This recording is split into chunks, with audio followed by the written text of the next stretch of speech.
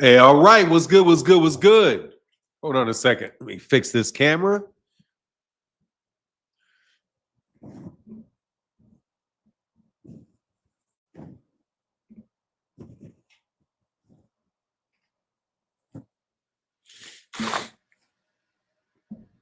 All right, got it. Nah, I'm not making coffee. I'm here, man. Ray Patterson in the building. What's going on? Hey, man. What's up, Richard Paris? Shout out to you, man. Good morning to you, sir. The king of PayPal, man. What's up, man? Thank you. I think I did get that PayPal last time. I don't always read your comments. I need to read your comments more. What's going on, Mr. Molina?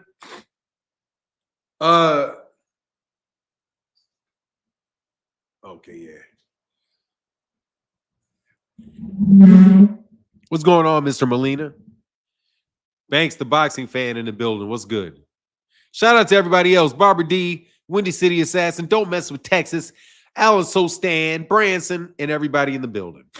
We'll wait for a couple minutes for people to get in here because I know I'm making a really bad habit of this week of being relatively on time, and it's throwing people off. Usually cats can be like, yeah, I'll show up like 15 minutes into it. He should be about ready. Nah, dog, I'm going to start doing this shit on time. I'm about to start doing this stuff on time. What up, Chill? What up, Chillville? Why you ain't got no wrench, Noop? Coach just said, yeah, you killing me. Yeah, I know I'm messing cats up because I'm showing up on time. Showing up on time. Hey, man. What's up, Sunchild? What's good? Man, I'm about to fry this dude on Twitter, man. I'm about to fry this guy on Twitter. My nose is stuffed up, so I have to do this every once in a while.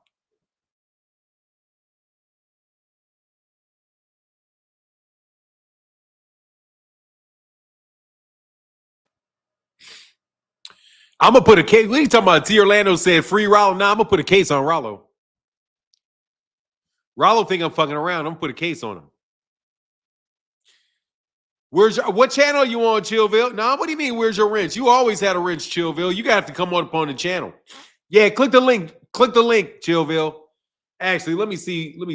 Chillville, you got to click the link, man. I don't want to have to block you, bro. Let me know that it's you. Otherwise, somebody may be impersonating you, and I may have to kick you out. You know, Chillville is too. I can't allow somebody to impersonate Chillville. So you gotta have to. You have to make sure you ain't tricking. Somebody ain't trying to run on your name, dog. I got to do a credit check. I got to do a credit check. Matter of fact, here you go. I'll do the credit check. Don't worry about it. I'll pay for the credit check. I know how to do a credit check on you. Nope. You know how it is.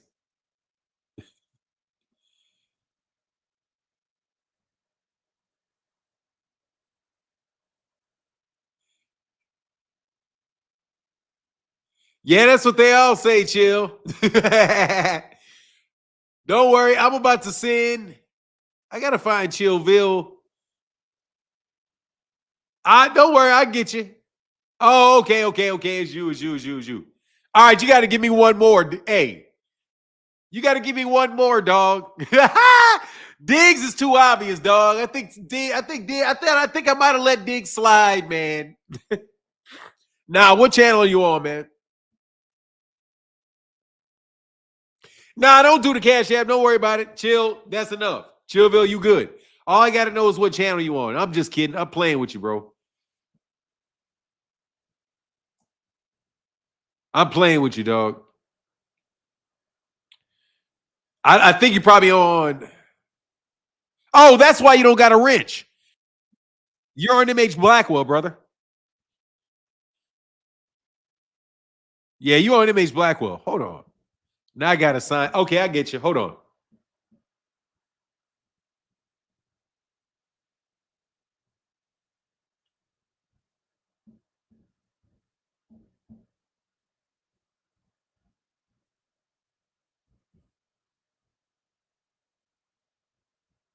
Give me 1 second.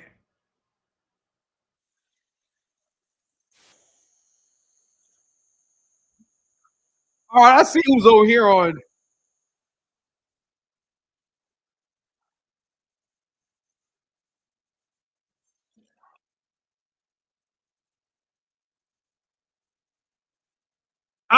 Chillville. Oh, what? Oh, look at this. Okay, cool. I got some. Hey, I earned money from going over there. All right, bro. You got it back. Oh, I'll kick your ass. Dog T Orlando. T Orlando has pulled off the world's greatest insult. This man said I'm better than myself. Actually, hold on, man. You're better. You're saying that I'm better than Frantz Fanon. Thank you, man. That is really, really kind, bro, for you to say Martin Blackwell is better than Frantz Fanon. I don't think I've ever gotten such a wonderful compliment before. I'm sure that's how you intended it too, T. Orlando. I'm sure that's exactly how you meant that. You meant to say that that man said, nah. God, dog, that boy called me non. I was like, here these dudes go. Hey, look, man, I got to talk to you young men for a second, too. Oh, Gervonta Davis's card is looking kind of good, ain't it? Hey, everybody. As we come on in the building and warming it up with the super chats. Hey, Super Chat Thursday, man. Thank you, brother. I'm trying to be good today. That was a shot.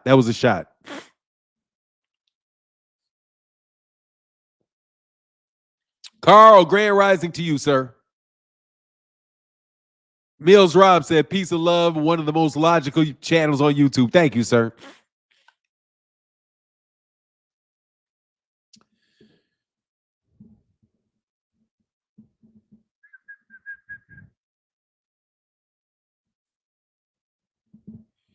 Ryan is ducking what?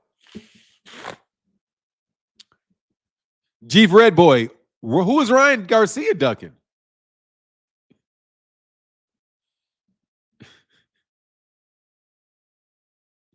Is the filter on?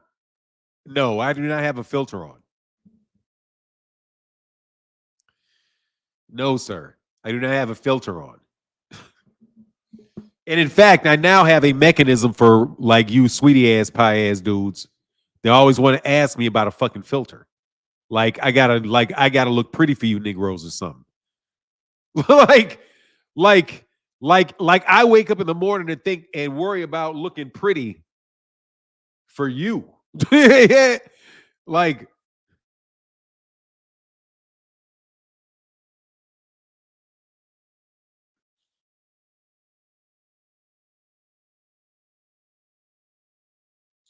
do.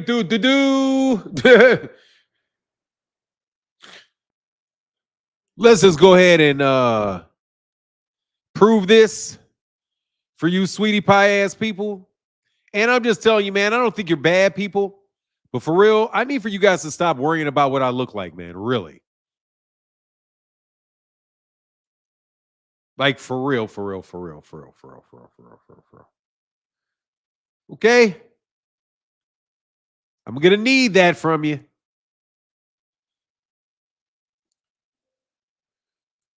But you know what it is. Got to show them. Got to show and prove. You just can't say, hey, man, my mama gave me good skin. What can I say? I feel blessed. God was good to me. No, I got to have a filter on like one of you Negroes. Like one of y'all. I mean, like you, not one of y'all. A whole bunch of people don't have to do that shit. I'm talking about your ass. Sweetie pie ass dudes. But here you go.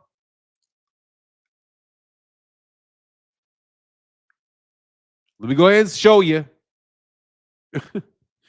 Boy, the things I got to go through, bro. Because they're going to accuse me having a filter on for like 5 years, bro. They'll never stop. So I had to, I had to like find out how could I prove somebody that don't have a filter on. And this is how. You see this right here? See, let me show you right here. So you can stop doing this. See that right there? That is how you would put a filter on. Okay? That is how you put a filter on. That thing right there says no filter. Now, I'm going to put on a filter so you can see me with the filter. So you can know this is unfiltered. Okay? Unfiltered. Sweetie pie ass dudes, bro. Like, for real, for real, for real. Now let me put it on.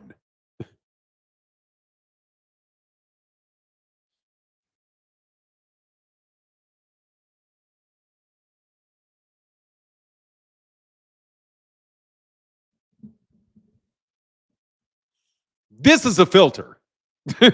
This is a filter. And honestly, it doesn't even look that much different, but whatever. Because there's not a lot to filter. Anyway, let's go ahead and take the picture so you can see in the back what it is or what it says.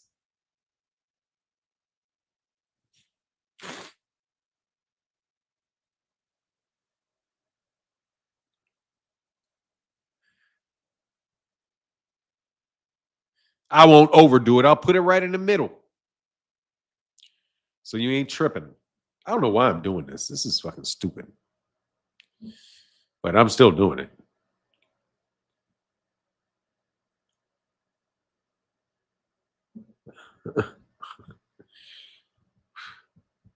That's a filter. And it doesn't even look any damn different, bro.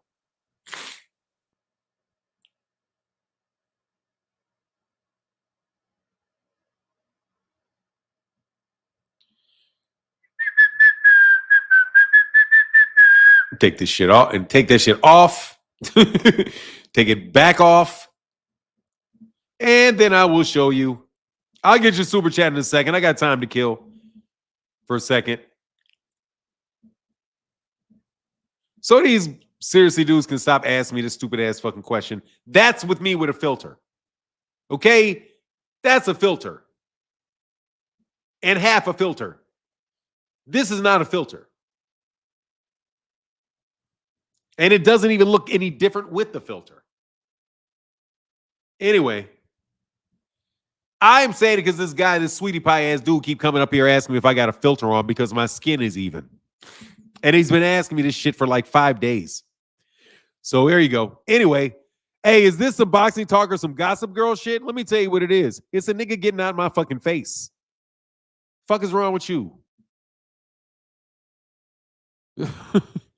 It's me answering a question from some obsessive ass fan. I have obsessive fans, brother. I gotta ask the question, or they're gonna ask it 1,000 times, bro. Like, they ask me this shit every fucking day. Why am I got a filter on? I do not have a filter on. I'm tired of the question. Really?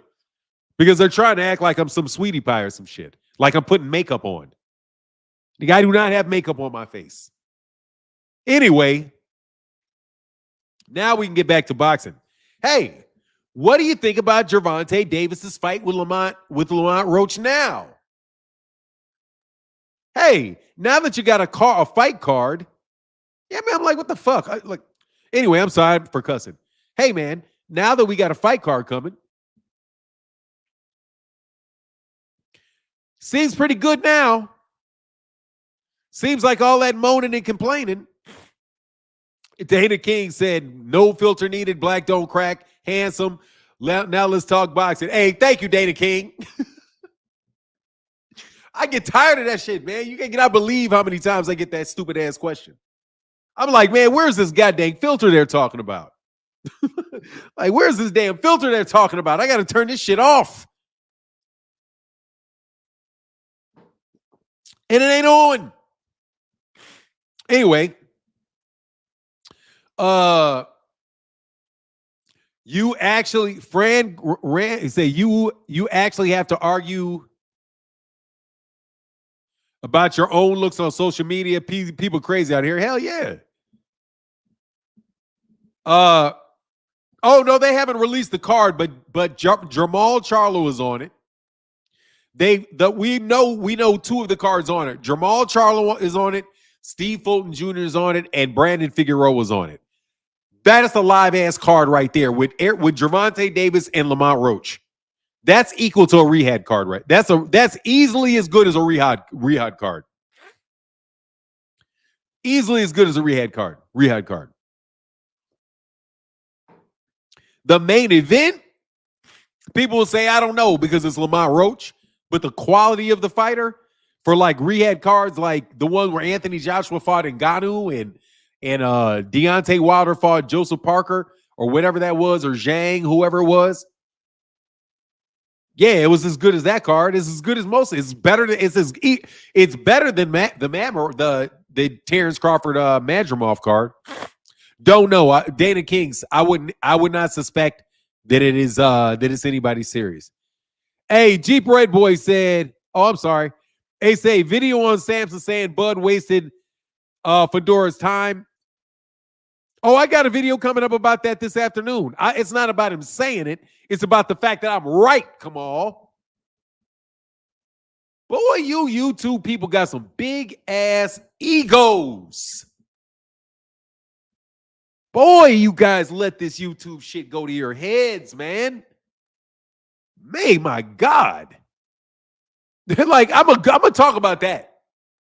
Y'all let this ego, I swear to God, y'all let this YouTube shit go to your head like, man, y'all think y'all are like way up there, man. Like, I'm like, what is wrong with y'all? Hey, I got that though. Jeep Red Boy said, what up, Fanon? Ryan is not ducking, but certain channels are man, will y'all say the name Jeep Red Boy? I can't do this Voldemort shit no more. Okay? If y'all don't know what Voldemort is, every time somebody says Voldemort, you can't say his name. You got to say he who must not be named. Dude, I'm telling you, if you're not insulting somebody and you're just saying their name, you're like, hey, man, this person thinks this. Dude, I don't care no more. I want to take the cloak off of all this stupid shit. Just tell me who it is that said it, what you think they said. I will respond to what you said they said, but I'll acknowledge that I didn't hear him say that. So I don't have a problem with it.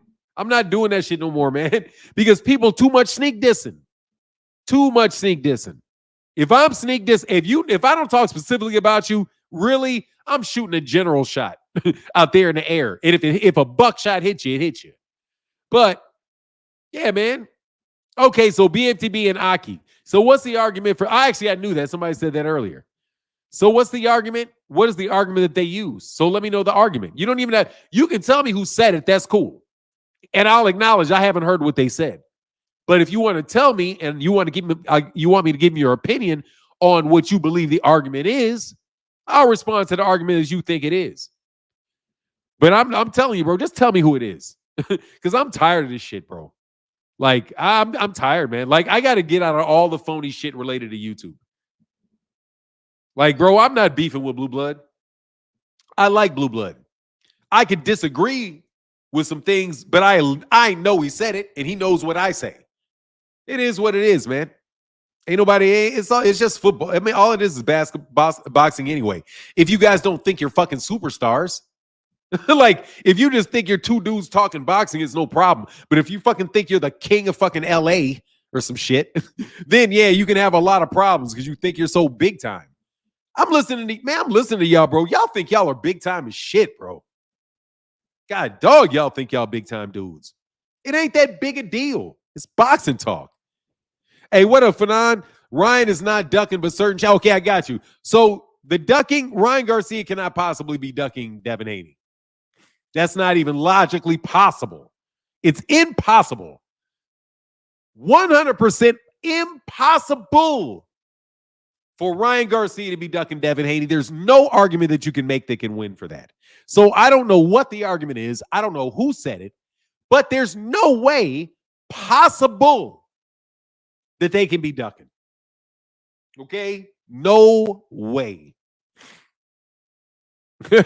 That's all you have to say. You don't even have to worry about the argument being made. And I much love the dudes, but there's no way you can make the argument. And I can tell you why. Because Ryan got suspended.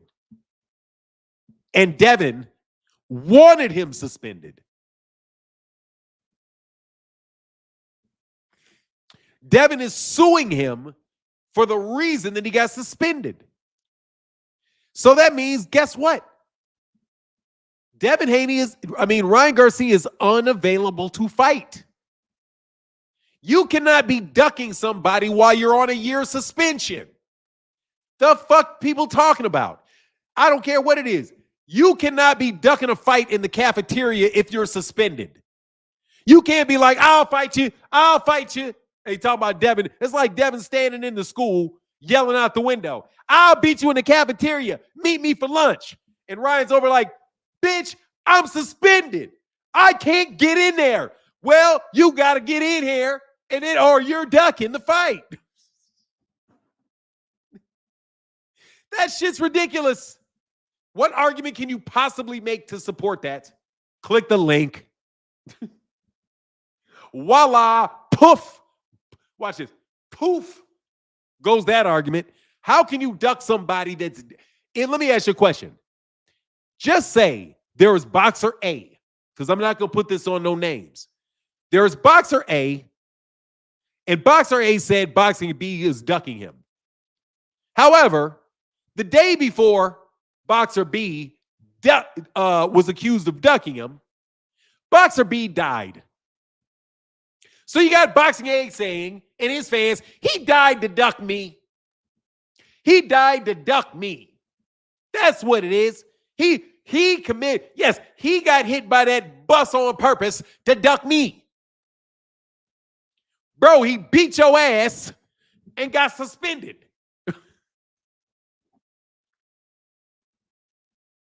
He whooped your ass in the middle of the parking lot.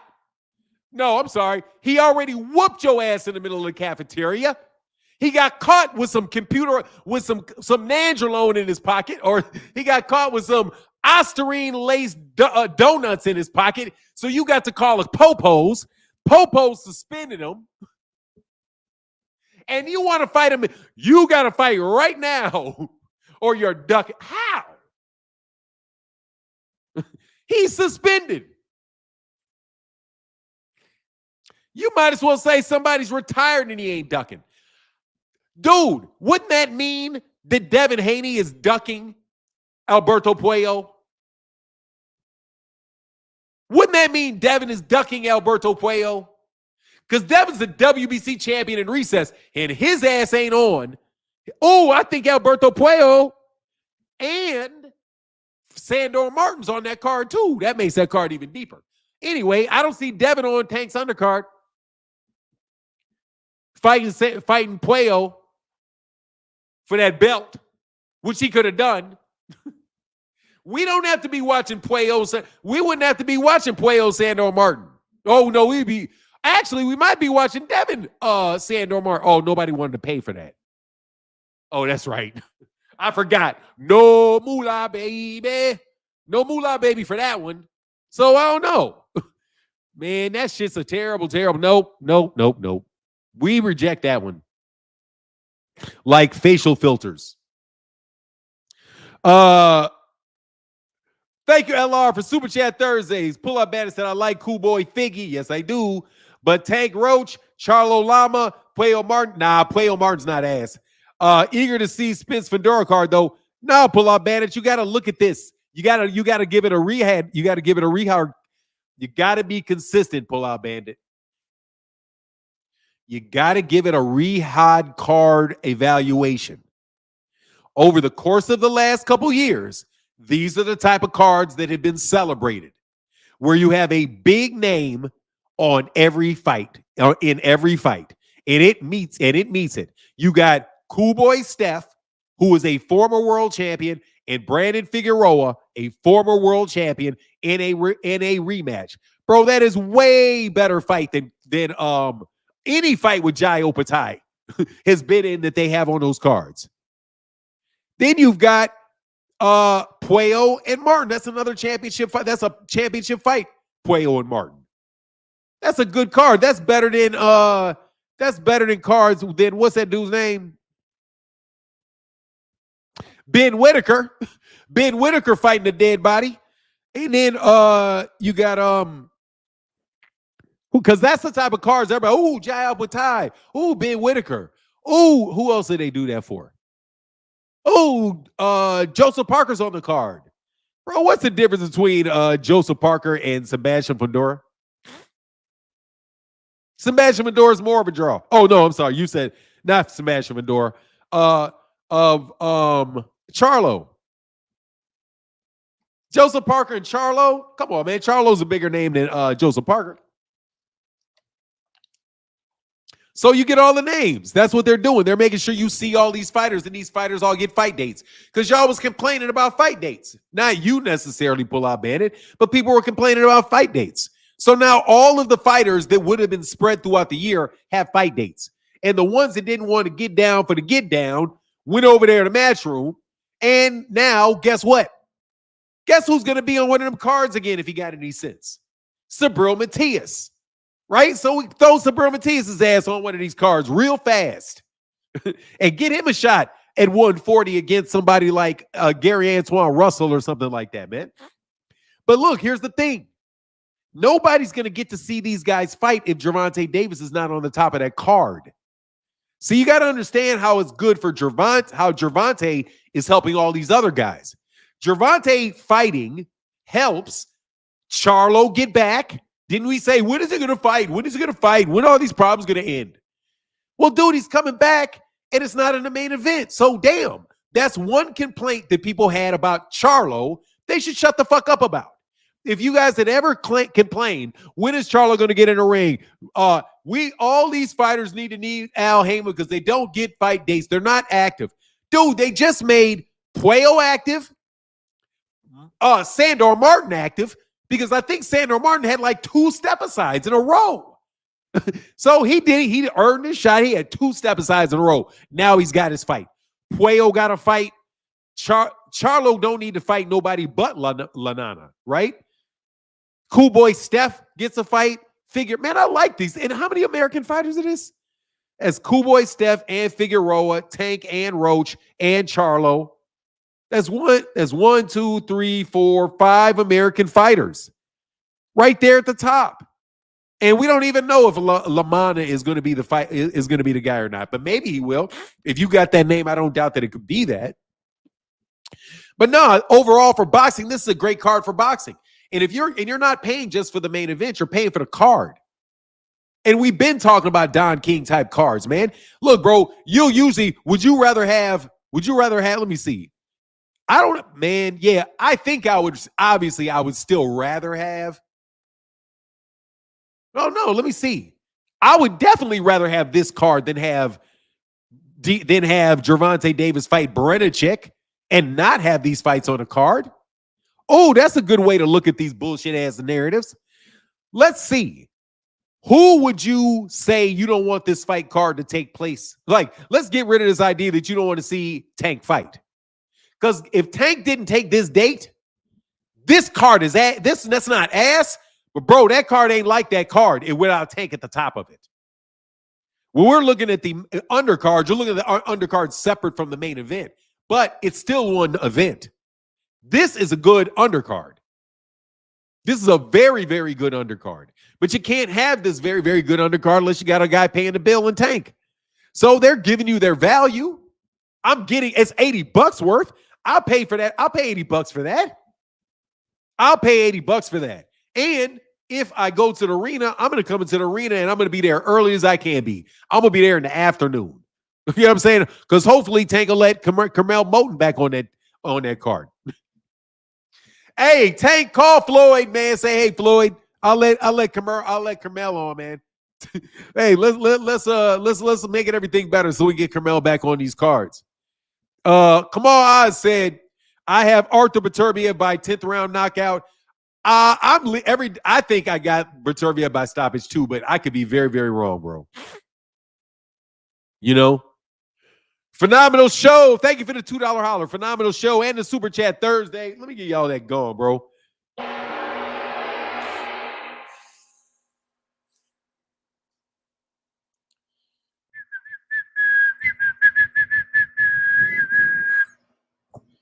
No way. Hey, watch this. No way. Tank should be fighting a better opponent. Man, you're fucking tripping. Yeah, he should be, but they suckered out. Too bad. Yeah, it would have been great if Lomachenko was on this card. Yeah, it's right. You're right. If Lomachenko would have manned up, this shit would be off the chain. Unfortunately, he didn't do that. So go blame the people that didn't do it.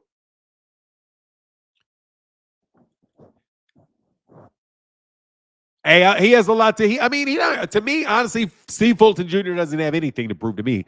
I know what kind of fighter Steve Fulton Jr. is. I'm looking forward to seeing this dude fight. I'm telling you, man, I got a new dedication to y'all getting off my nerves, man. Them boys out of Mexico told people that Spence and Fundora fight was already done for the top of the week for the year 2 years ago. They stand on nothing but business. Yeah, they do. Stop telling them. Stop saying the name, no, dog. I want to steal all their work. Phenomenal Noop. I want to steal all their work. So look, we got 450 people in the building between multiple platforms. That's why, yes. We got between all three platforms that we're on. Pretty dope.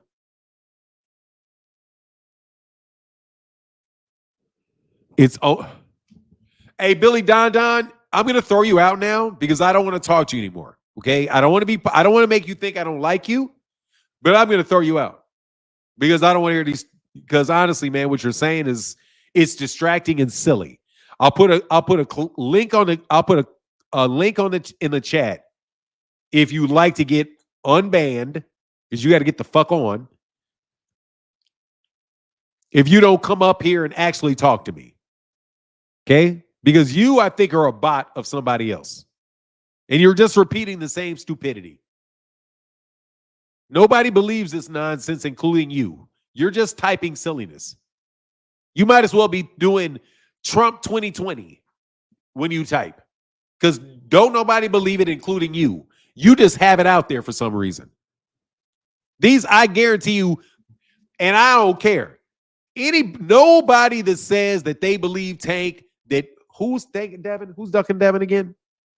I forgot already because it was so silly. Oh, Ryan is ducking Devin. They don't believe that.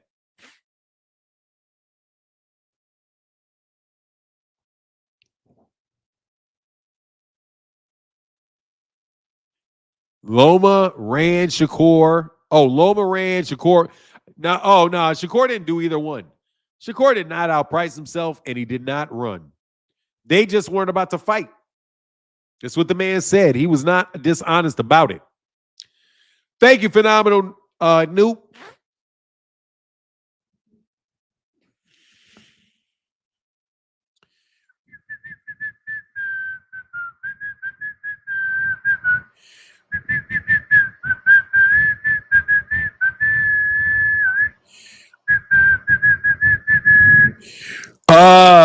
Man, Shakur worried more about Zepeda than Tank. I mean, look, honestly, I think Shakur is a really smart guy. And I understand what he's doing, and I don't have a problem if you don't lie to me. It's all a lying that's the problem with Devin stuff. He wanted to get some Euro bums on his resume. Who is that? He's going to get some Euro bums on his resume. Shakur? Oh, yeah. He's going to get well paid for Euro bums. And them Euro bums going to come right up at him, come right forward at him. They'll be nice and juiced up. Believe it. Because them Euro dudes get popped dirty like every other week. And a Euro dude be popping dirty every other week. And they have therapeutic use exemptions there. So they can be on it because they're allowed to be on it. In certain cases, they just allow people to be on steroids in the UK with that therapeutic use exemption stuff. That's what Big Baby was saying. And then Big Baby got, hey, look, Big Baby says something about Anthony Joshua. See, I'm going to tell y'all the truth now. Put it in the super chat. Dog, I'm about done. I'm telling y'all don't know me, man. I'm about done, bro. I'm about to tell y'all what I really think, man, because seriously, y'all be wilding out no matter what. Look, man, didn't you find it interesting that Big Baby Miller popped dirty for like a cocktail of everything right after he talked about UK therapeutic use exemptions? Didn't you ever find that suspicious? Like, bro, there's some suspicious ass shit going on in boxing, bro. Like, unusually coincidental. You know what I'm saying? Like, there's some crazy coincidences. Like Anthony Joshua going crazy on the way into the Andy Ruiz fight. Skitter bugging and shit, going in there with Andy Ruiz. And Deontay Wilder looking like a fucking zombie. And Errol looking like a zombie. Bro, we got some zombie ass shit going on in boxing, bro. Hey, ain't it amazing how every once in a while, just a big name fighter dude will walk out looking like a zombie? Have you not noticed that? It's like, as soon as these Europeans show up into the United States, and I'm not saying anything, I ain't accusing nobody. I don't know. All I'm saying is, as soon as these European dudes started coming in this bitch, all of a sudden, you got big motherfuckers walking out looking like this. Yeah, motherfuckers walking out of that look. They say AJ was, they said in New York, bro, I'm just telling you what they said. They said AJ came out the locker room like this, like Smokey. You remember when Smokey had smoked that, he had smoked some of that angel stuff with the Mexicans? And they're like, man, let me hit this. I'm gonna man, that's what they said AJ looked like. He looked like he was hitting the shivers and shit. That's why his dad got all pissed off, like, man, what's going on with my kid? Somebody put some shit in your kid's stuff is what happened. Somebody diddied him. Now watch this shit. Watch this. Don't steal my content. Let's go to what Diddy does. Let's go to what Diddy does. What is Diddy accused of?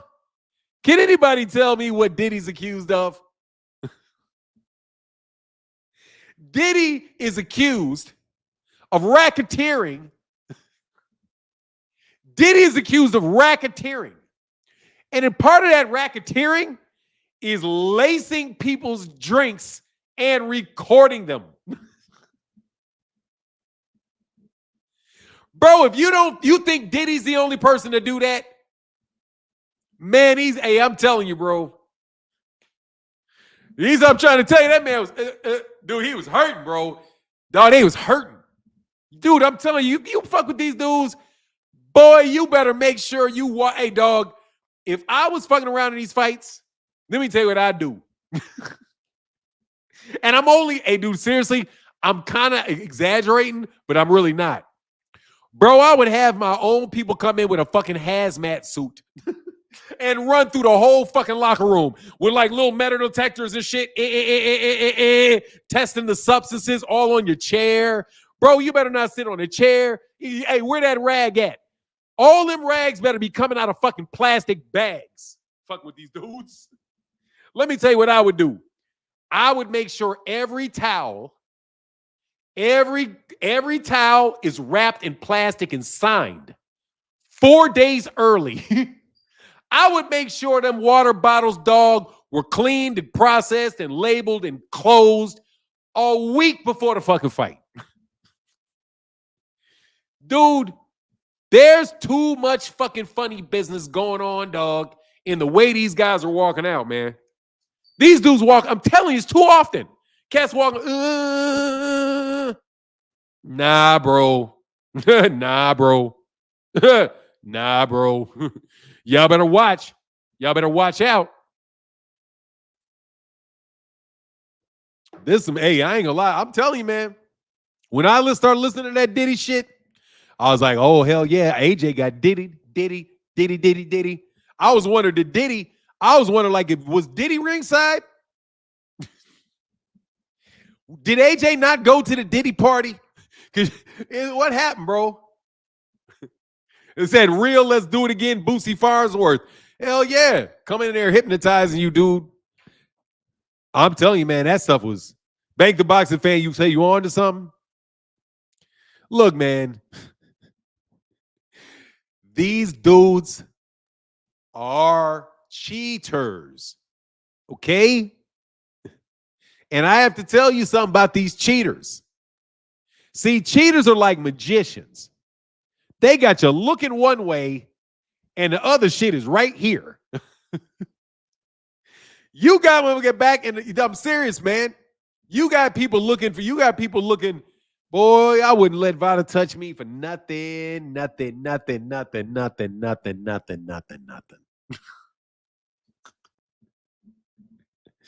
Man, you talking about, you trying to talk about this man ducking Vada, bro.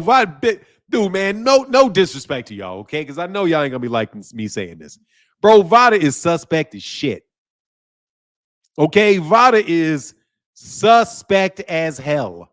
Super duper fucking suspect on all kind of levels. Number one, they don't even test. So what the fuck we need you for? All you are is a bureaucracy, a bureaucracy. You're a little bureaucracy that schedules tests that other people do. Why am I getting what? All you got is a list of substances that you're asking them to test for. And you know, man, you better get out of here, bro. I'm cutting the deal right with those people. I can do my own damn protocol. And he's still suspended for the next few months. Exactly. It's silly. You can't duck somebody while you're suspended, man. Matter of fact, dude, you can't. Hey, guess what you can't do? Guess what you can't even do? I don't think you can even negotiate for a fight when you're suspended.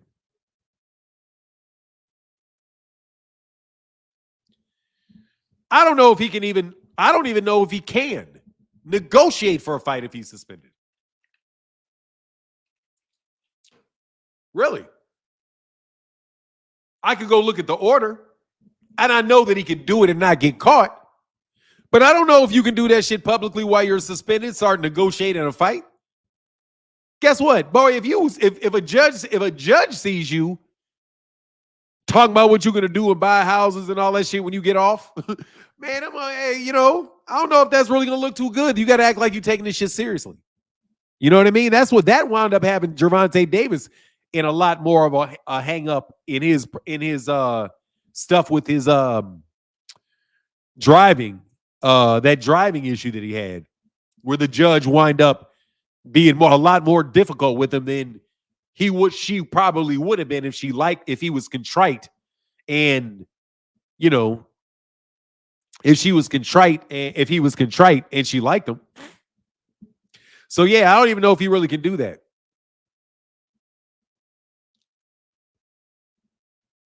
No, look, dude, I can tell you my problem with Vada, Jose. It's not, the problem is this. So I can be very fair to Vada. Okay, I'm not talking about anything that's related to anybody being a cheater in Vada. I'm not talking about Margaret Goodman. Honestly and truly, I'm really not even talking about Victor Conti. I'm telling you just the structure of it is suspect as hell and ripe for corruption. Just the substance of it is ripe for corruption because it's ripe for financial waste. Okay?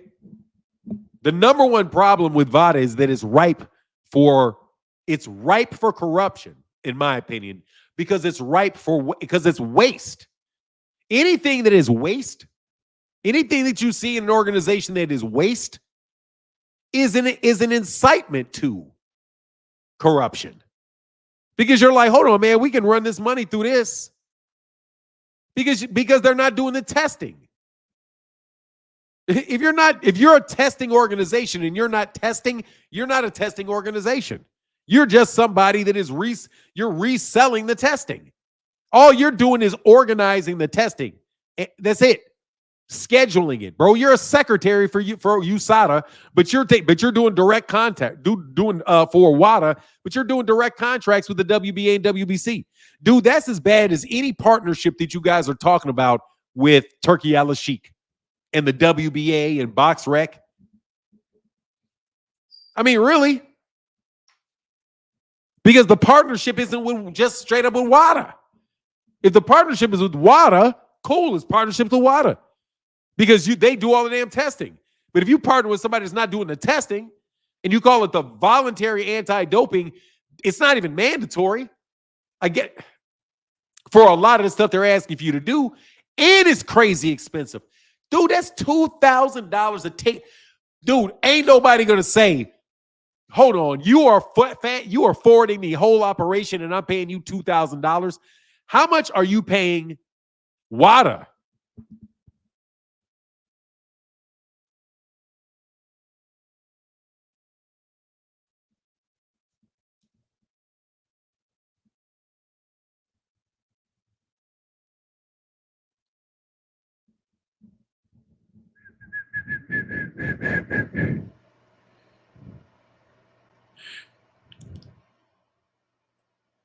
Oh, hell no.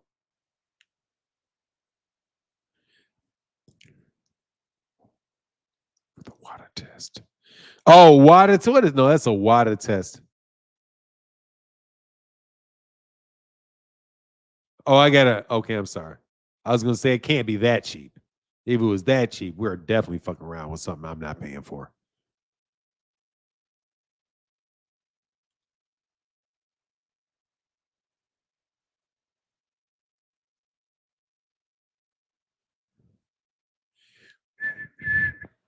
Give me a second.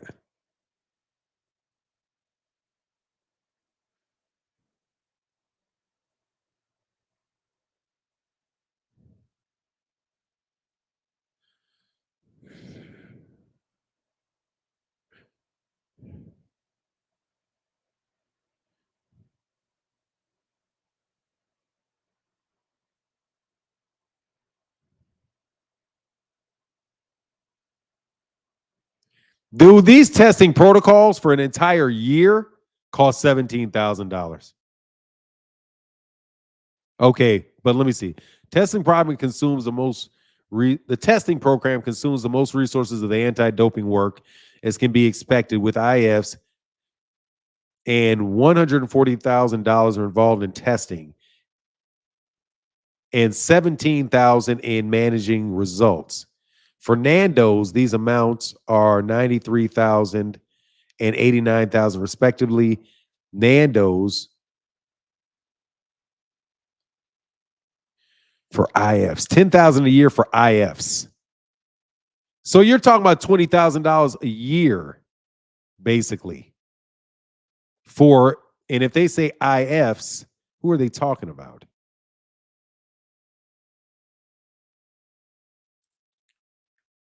Oh, more of the questionnaires was sent to relevant stakeholders, accredited laboratories, IFs, and Nando's.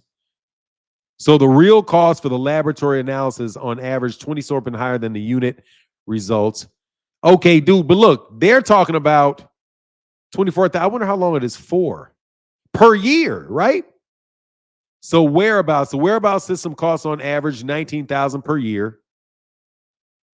The testing program consumes most of the resources and can be expected within IFs, FET, and $140,000 are involved in testing. 900 in urine testing and an additional 3 for blood testing. They're talking about the entire cost of the organization and the actual testing protocols for them to do in the course of a year that they spend. So if I'm looking at how much these guys spend, I know their costs and how much I should be paying. Somebody just has to do an analysis of this document. Then this is WADA costs, World Anti-Doping Agency report of WADA working group on anti-doping costs. And this was back in 14. This is 14 years ago, so it'll gone up probably, like everything else did. But if you're talking about WADA, the cost of WADA operating for like $5 million a year, all of WADA, like WADA's entire budget. Yeah, let me see what. I'm sorry for taking a second. I want to know if this is overpricing. What is WADA's yearly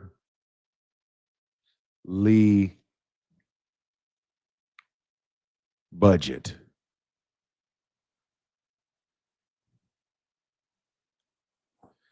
WADA in 2023 was a total of $48 million in income, contributing to US dollars $23 million from public authorities and the sport movement resulted in over 93% of the budget. So they're a $48 million company. How many transactions how many tests do they have per year? Let's just do that. How many tests per year? Many WADA tests per year.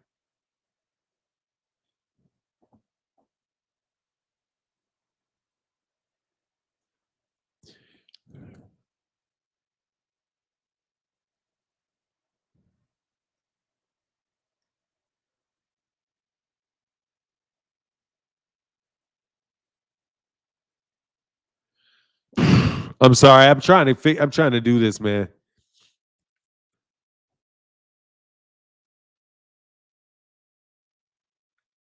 They don't have the numbers like readily, but I would look at like, oh, okay. Oh, the ITA did 40,000 urine and blood tests per year. Okay, here you go. What's the international? Oh, the international. Let's do this. Just use the international testing agency. 42,000 urine and blood samples for more than 15,000. Okay, so let's say WADA. Let's say WADA had the same amount of money as UTA. Or should I look up the revenue for UTA?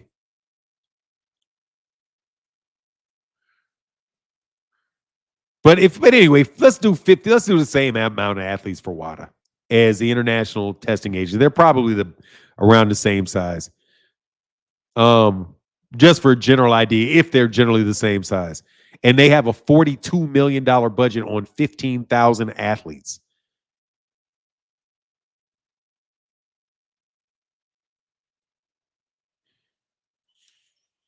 $42 million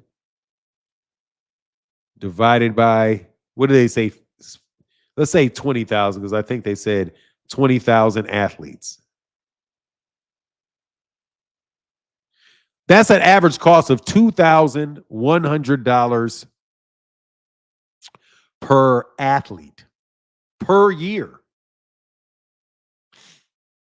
That's per year. It should only cost an athlete under WADA for their testing. If that number's right, $2,000 for a year. Why is WADA charging $2,000 a test?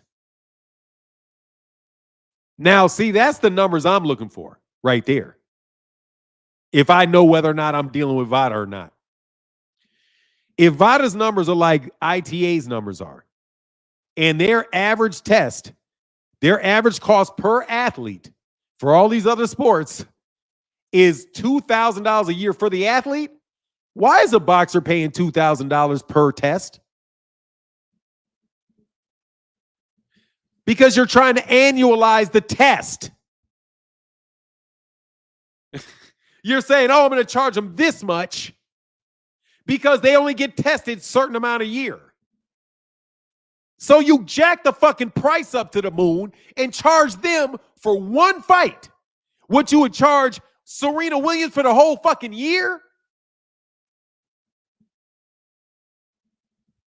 Man, go ask Serena Williams exactly how much Serena Williams paid for a goddamn WADA test. See, that's why I'm saying you look for waste. That's why you look for waste. That shit sounds like a bunch of fucking waste. I don't know if those numbers are accurate. Look, if tennis players get tested year-round, if they got charged $2,000 a test every time Serena Williams got fucking tested all year, she's paying $200,000 in testing to do that. All the boxers are doing is getting tests like the tennis players are because their competition never stops. Their competition never stops. So they have to be tested all year. Serena Williams, tennis players like Coco Gauff, they're all year. There is no off year for the WT. There is no off season for tennis. So they they may take a little time off, but guess what? They still have to get tested. Those people do not make enough money to pay $2,000 a test. You guys are getting fucking ripped off by VADA. That's what it looks like to me. From the outside looking in, man, please. You better go ask, how much is that? Yeah, you better go purchase that water package. Cut out the middleman and the drama. Because what you got an unnecessary middleman in there for? Yeah, y'all don't like me.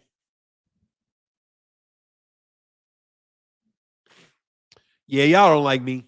Sunchild, thank you, brother. Thank you for supporting Super Chat Thursday and Cash App Thursday. We don't work for free. But let me tell you, tell me if that makes sense to you. So on the real, that's the answer about whether I'm going to sign up for VADA bill in the next 2 days. How about you sign up for WADA? B-side. How about you, B-side? Sign up for WADA. Sign up for WADA. Direct WADA. Collection WADA. Scheduling WADA. No VADA. Because VADA is just VADA is just WADA with a very expensive change in consonants. A W to a V. All they did is snatch a V off. That W. Nah, man, I'm not doing that shit. They're not doing the testing. That's a brand. You know what that is? That's just a label. That's just a label. That's like Louis Vuitton. You find out Louis Vuitton is really champion. Literally just champion, but you just got the label on. You just got a Louis Vuitton label on it. Dog, pull that goddamn label up off that bitch and save yourself $300. WADA does the collection, Mr. Mileage. WADA does the collection. VADA does not do the collection. That's what Victor Conti said. That's what they said. They said Victor Conti doesn't. They said that WADA doesn't even touch the test. She said VADA doesn't even touch the test. If VADA doesn't test, if you can't say, oh, VADA did something to it because VADA doesn't touch the test, then why is VADA involved at all? They shouldn't be involved at all. I'm telling you, it's just a way to extort. To me, that has, let me put it this way, that has a high potential for boxer extortion.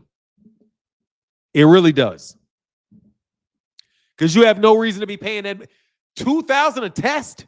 That's what they said the price was. $2,000 a test. It was like 20, wasn't it like 20,000 for, that was like 20,000 for 10. It's 20,000 a month. Like what? For you to pass this to WADA and tell Victor Conti everything that you do? Nah, Bill, you can call me a duck for the next 3 weeks. Ain't gonna work. Keep calling me a duck, Bill. Doesn't matter to me. I'll be saving my $200,000 though, Mr. Net Profit. Hey, how about I pay you out how about you let me pay you out of my net profit? Hey, man. Hey, don't worry about it. Hey, hey, look, we can get rid of this whole lawsuit. We can get rid of this whole thing. Just let Ryan pay the settlement out of his net profit as a percentage of his net profit from the fight. You should take, let me tell you something. I think what you should do, Bill, is you should take 99% of Devin Haney's net profit from that fight. Up the level of that net profit all the way up to 99%. Matter of fact, shit, give 100% of your net profit, Ryan. Say, Ryan, if we settle all this, can I give you 99% of my, can I give you 99.9% of my net profit? Bill, you took 47. You know how they do tank. You know how they do tank, right? They say, hey, he did it. You got to do it. Hey, well, you did it you gave him net profit. You give me net profit, right? On money I'm collecting, that is. I give you net profit on the money I'm collecting. Yeah, you understand it now, huh? See, that's a real good way to check somebody. If they act like what I'm saying is not true, offer them a deal in net profit and see what they do. I bet their face do this. I bet their face starts squirming. Like, well, I know it's net profit isn't good for me, but it's good for Gervonta.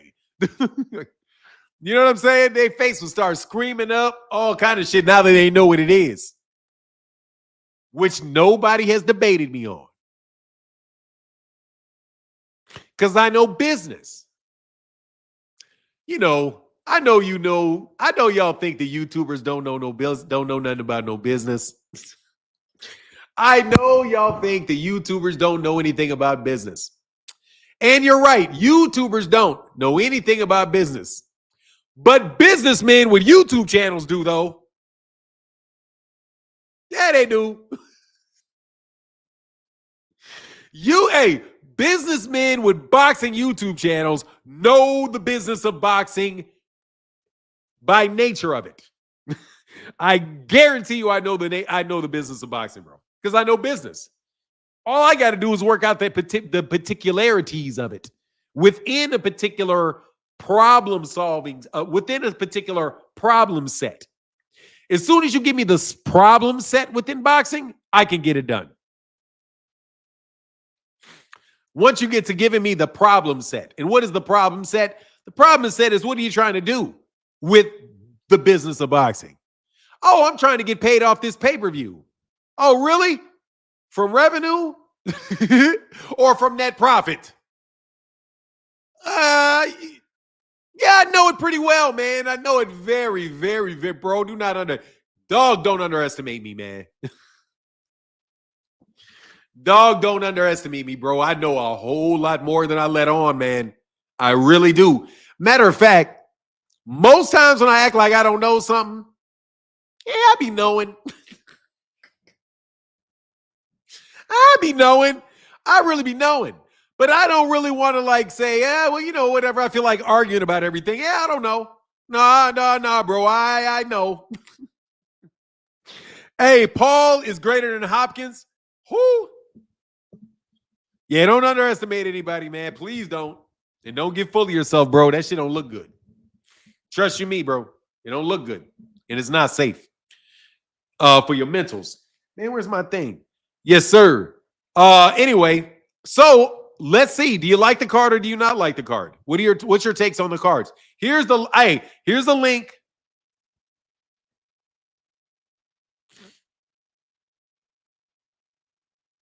Fran said, I can't. Next time I'm on Sunset Boulevard, I'm giving the Comedy Store and Laugh Factory your name. Why would you do that? What would necessitate you seeking out a comedy gig for me? I don't really do comedy. I just joke around. Hey, Super Chat. Hey, thank you, Barbara D. Thank you so much, Barbara.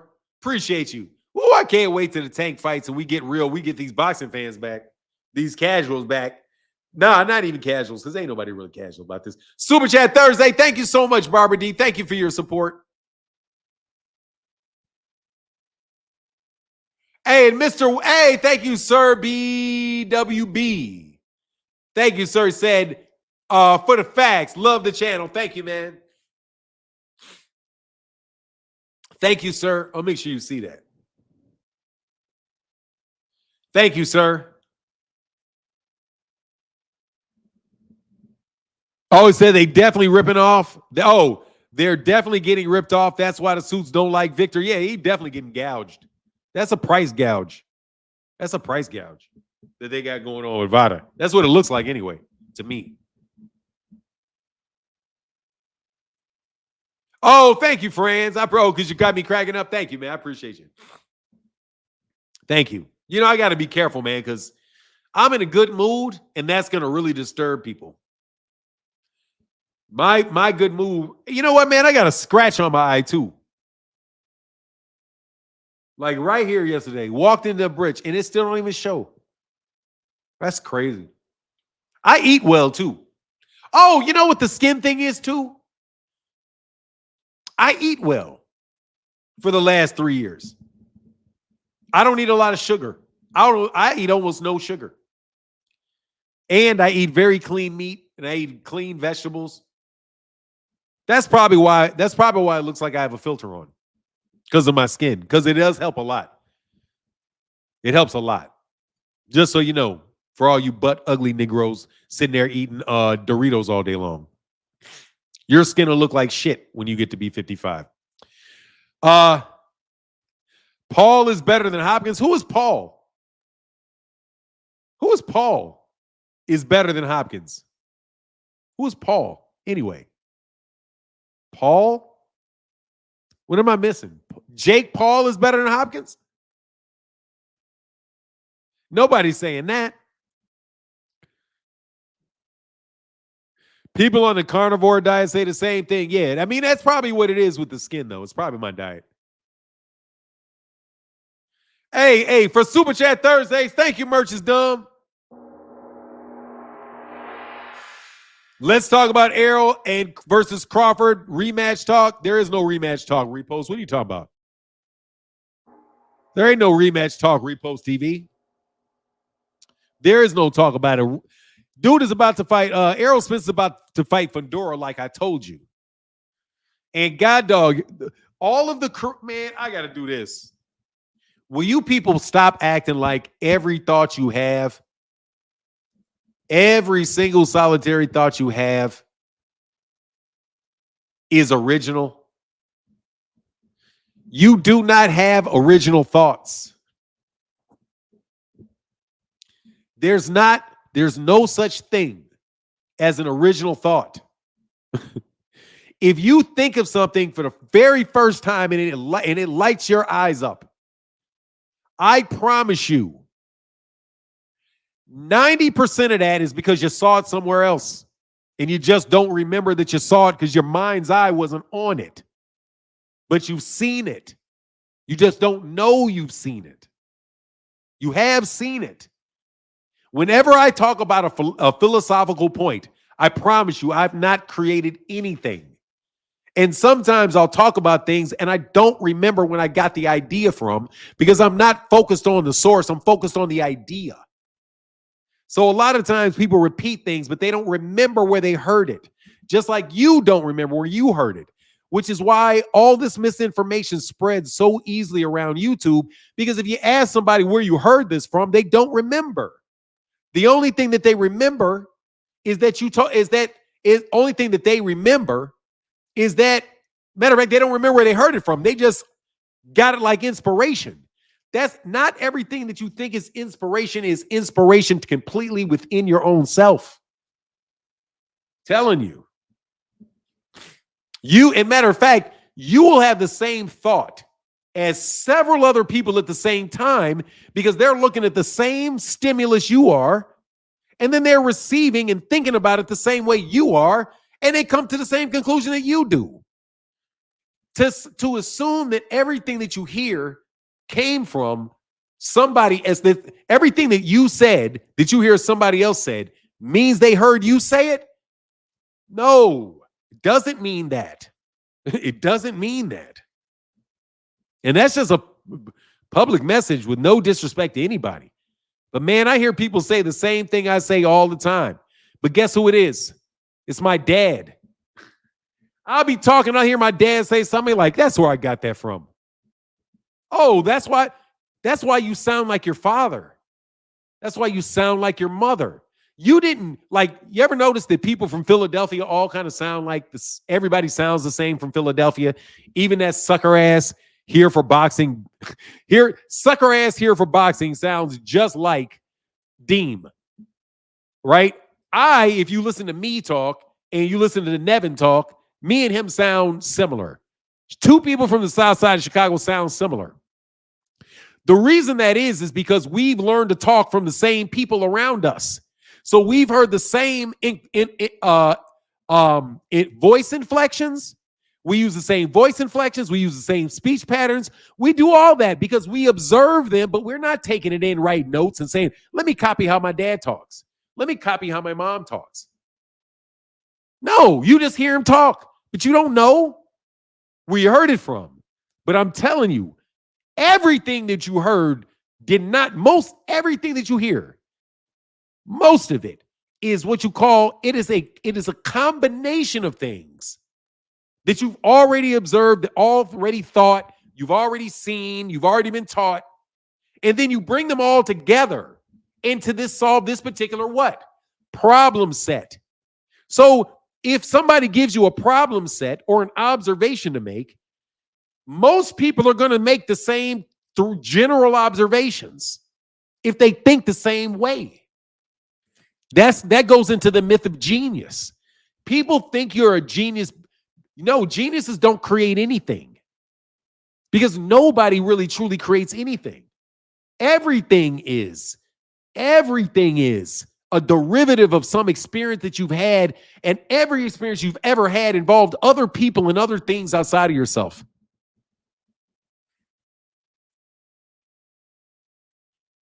Truly, in African societies, there was never going to be a copyright infringement because they don't put their names on sculptures. They just figure until you had a concept of ownership, this is a concept of ownership. I resemble that remark. Yeah, 215, you sound just like that idiot. You know what I'm saying? But that's how it works. That's how you learn. That's the process of learning. So when you talk about kids, like what you do with your kids, that's why you got to model for your kids. My wife taught me that. You have to show them. You can tell them too, but you have to show them. You have to show them. And then they will absorb it without even you telling them anything.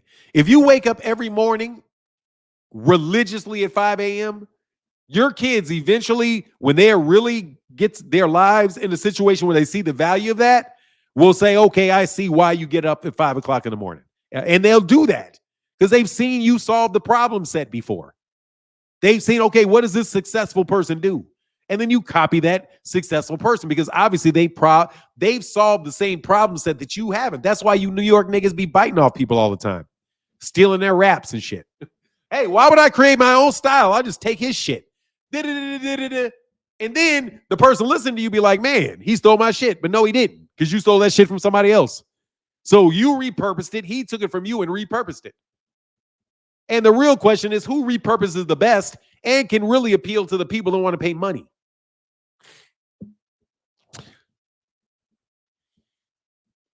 Merchant said, even achieving a small goal helps tremendously mentally. Yeah, because there's no such thing as size. Didn't you listen to my explanation of the theory of relativity by Einstein and its application in this particular circumstance? In your mind, size is relative. There is no size inside your mind. Everything in your mind that crosses your mind is important to you. It's only through real concentration that you can learn to prioritize things based off your need. But that's why people can make mountains out of molehill, because they don't realize, man, in your mind, you can make the smallest offense worthy of murdering somebody. So I'm telling you, man, your reality is not somebody else's reality. And you should absolutely work very hard to try to understand somebody else's reality when you're dealing with them. I'm telling you, magic is hidden in plain sight. By your logic, Devin is not a weight bully since size is relative. Oh, I would love to talk to your dumbass Westside Phil about that. Here's a link for you. Because by Devin's logic, Devin is not a weight bully. By Devin's logic, stupid. He is a weight bully from the viewpoint of somebody that's being weight bullied. A weight bully, stupid, would never think they're a weight bully because that's their perception. Their perception is that they are following the rules. They're not bullying you. That's the rule. You think they're manipulating. You think they're manipulating the rule. West Side stupid. I mean, dude, I'm sorry for the Socratic method, but man, but if you're going to say something silly, bro, please don't. And also, size is not relative, stupid.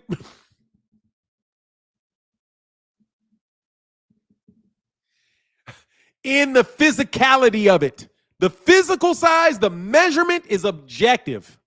When I said size, stupid, I meant importance. I meant importance.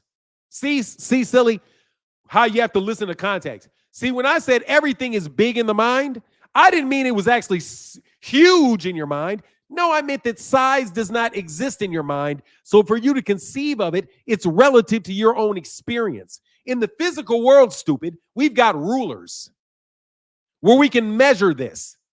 And see, people's concept of weight bully is subjective. It is. That's why we don't worry about weight bully, and we put the scale in there. And also, we don't worry about weight bully. We put that rehydration in there. So we know exactly how big your ass is. On this scale, that, dummy, is my logic.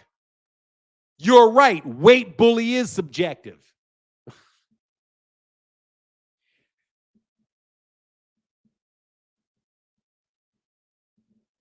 Dog, let me tell you something. When you say, by your logic, that is an accusation. Son, if you want to ask me a question, I can answer the question.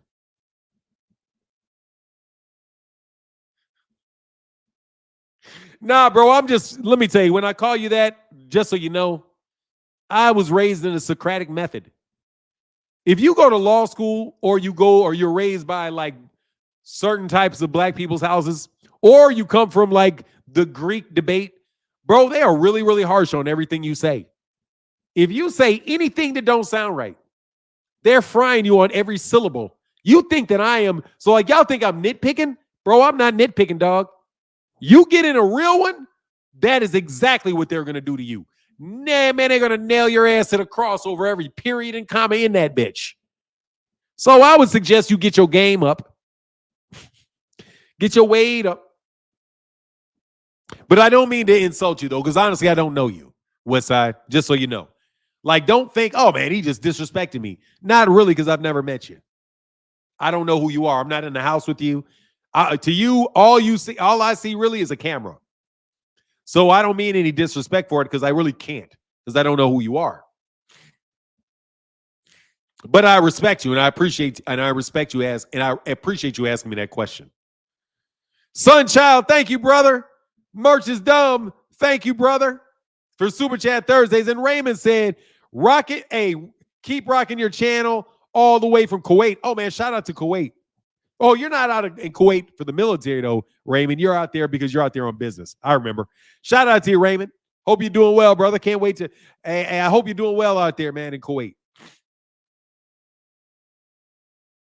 Oh, Phenomenal Show said, "Nah, you got it right. Every comment from dude is not smart." Yeah, you know. Well, no, here's the thing. Let me tell you something, Phenomenal. I gotta give you your credit. Okay. I really got to stop calling y'all dumb. Because you're not dumb. You're just not very smart.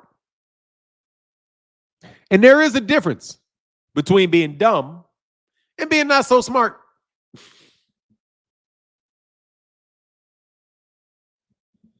No, you guys really aren't very smart.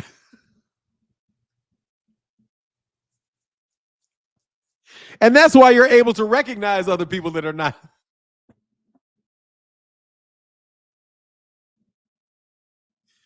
Dog, they just not very smart, bro. That's a huge fucking difference, bro. Between dumb and not so smart. Woo-wee. Now, some of y'all dumb, but some of y'all just not smart. And here's the thing, bro, I'm smart. You want to test me? Test me. I can impress you and make you say I'm smart. I really can. I can bold-faced tell you that I am way smarter than you. And I can prove it to you. See? It's kind of like when you're like, that's why I like these debates. So y'all know why I do this. See, with Shakur, you know how Terrence Crawford, if I said I could whoop Terrence Crawford? Like, say I was going to whoop Terrence Crawford. Like, I walk up and I say, Terrence, I'm going to smack the shit out you, Terrence, for what you said about my mama. And I do this, but I never really let the hand fly. Right? You know why? Because I don't want to put that to the test, dog. Because I think he can whoop my ass. See how that works? So you're like, nah. But he can prove it. Now, see, if he said he wanted to whoop me and I showed up, well, how could he prove that he was right? It's very simple. He whooped my ass. Probably, it's not going to happen. Believe me, that shit ain't happening. But you get my point. Get my point. So when y'all want to come up here and debate me, I'm telling you bums to your faces that you can't beat me in a debate. And I know you jumped up here and tried to debate me. I just won't let you debate if I like you. You better believe if I like you, I'm probably not going to debate you. Because debates get ugly. Dog, debates get ugly, bro. Like, for real, Bob. Like, debates, real debates, like this shit I'm doing to y'all, Bill. This shit I'm doing to you, Bill. Bro, it's ugly. It's ugly in these streets. Woo! Can somebody say net profit? Can I get a gross revenue? Hey, man, can I get a gross revenue? Clap your hands if I can get a gross revenue out you. When you lip wrestling, it's called lip wrestling. For now, I'm not going to lie. After Benavidez's last fight, I can't see him the same way. Why can't he dominate guys his size or bigger, just like Devin? Nah, bro. Hell no. Hell no. First of all, he just fought Wojciech, bro. Wojciech can fight, man. The fact that David Benavidez beat Wojciech like that says something. I thank you for letting me get a gross revenue, bro. I need a gross revenue in my life. I need some gross revenue in my life. See, this is net revenue. This is net. I get paid net. This I get net. All right. So let me show you what gross revenue is again. See this 10? I get 7. Okay? Of this 10, I get 7 of this 10. So, guess what? YouTube didn't do.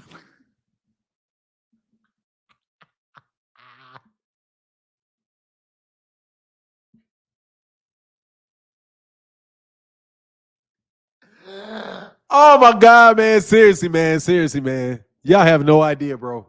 I'm cracking white boy jokes. Oh my God, man. So anyway, man, I guess you can now say B-side Bud is duck boots and oh hell no, he didn't duck Fedora. Bro, Bud didn't duck no Fedora. Bud didn't duck Fedora. Bud shouldn't even been there to fight Fedora in that circumstance. Shout out to Bud for letting that fly. Yes, I'm excited about this weekend. Seriously, but I got some people to dog out. Nah, bro, because I got some people to dog out, homie. Man, look, man. I had this conversation with somebody, okay? I couldn't get no gross revenues in the chat. Y'all ain't even talking to me, are y'all? I don't think y'all even talking to me. We got 426 people in. Actually, we got 500 people on YouTube, and 70, and we got about 80 people, a little less than that, over there on Twitter. Shout out to y'all. Look. Thank you, man, for the gross revenue. So anyway, man, let's get back. I was talking some crazy stuff. What were we talking about? What it is? Oh, bro. What it is, said Fanon. DHP Promotions getting business advice from Smokey. Gross revenue. Bro, yeah, let me pay you out my gross revenue. Man, my brother tried to get me with that shit. I was like, man, I ain't accepting this shit. I ain't accepting this. And I didn't accept it. And guess what? I got the same amount of money I would have got if I had accepted it. Nothing. Like, bro, you got to be able to recognize when somebody is telling you. Oh, I remember what I was talking about. Whooping your ass in a debate is what I'm talking about.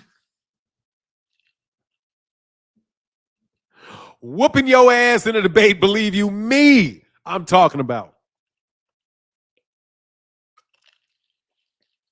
When you debate, it goes there, man. If you out there on any janky shit, if your shit janky, Martin, do you know if they're still charging pay-per-view for the Bible card? No. They were only gonna screw over Shakur Stevenson. They were only gonna look, watch this. Look how they do you. And I'm so glad. I almost hope Shakur faked that injury. I almost hope Shakur faked that injury. I ain't gonna lie, dog. I hope that man did say, oh, fuck. I hope he did do that shit. I hope they had that angle right there for the punch. I hope they choreographed that whole goddamn thing to get out of being responsible for the pay-per-view when you're on the undercard. Being responsible for people charging $20 for a card they don't want to see because it doesn't have the main event on it. So you put him in a worst-case scenario to be on his first pay-per-view that is definitely going to flop, but still be on somebody's undercard. Man, can I get an amen for fuck? Bro, I appreciate an intelligent person now. Hold on, man. I wasn't recording. Yeah, all right, I'll back that up.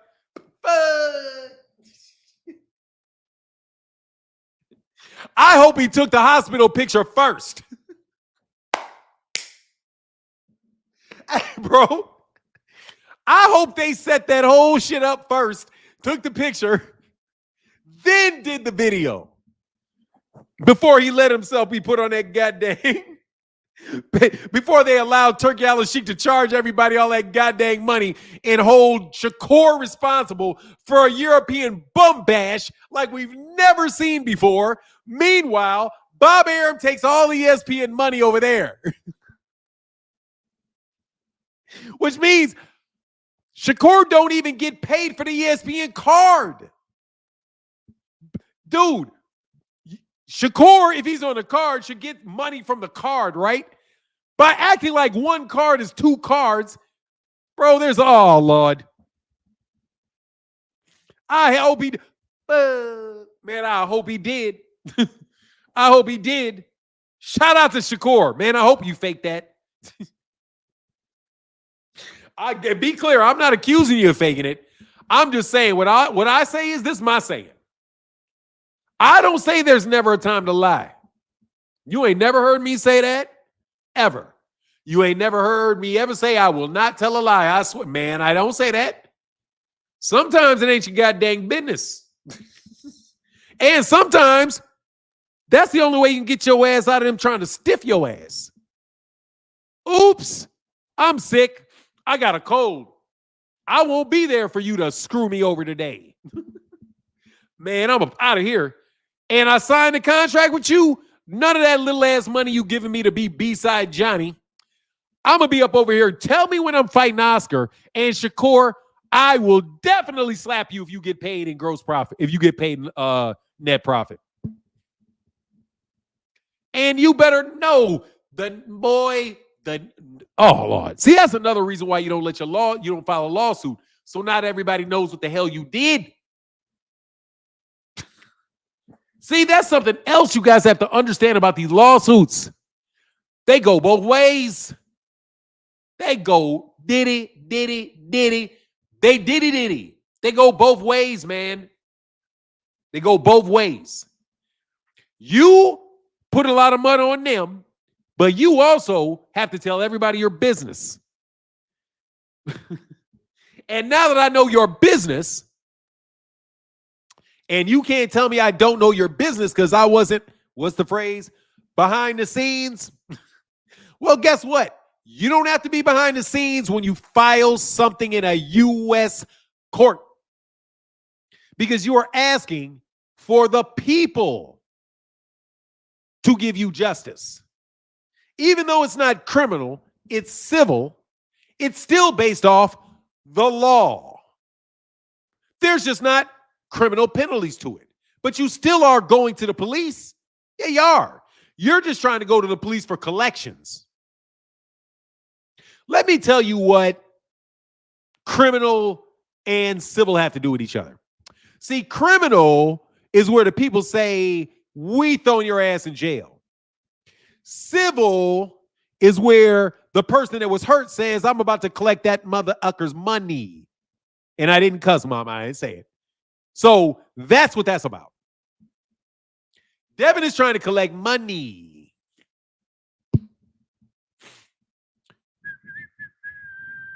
So will Bud get stripped even with his extension? No, he doesn't get stripped. They reached an agreement and he doesn't get stripped because it wasn't his belt. It wasn't Bud's belt to begin with. I like that Bud didn't take that fight, but we all knew. Hold on.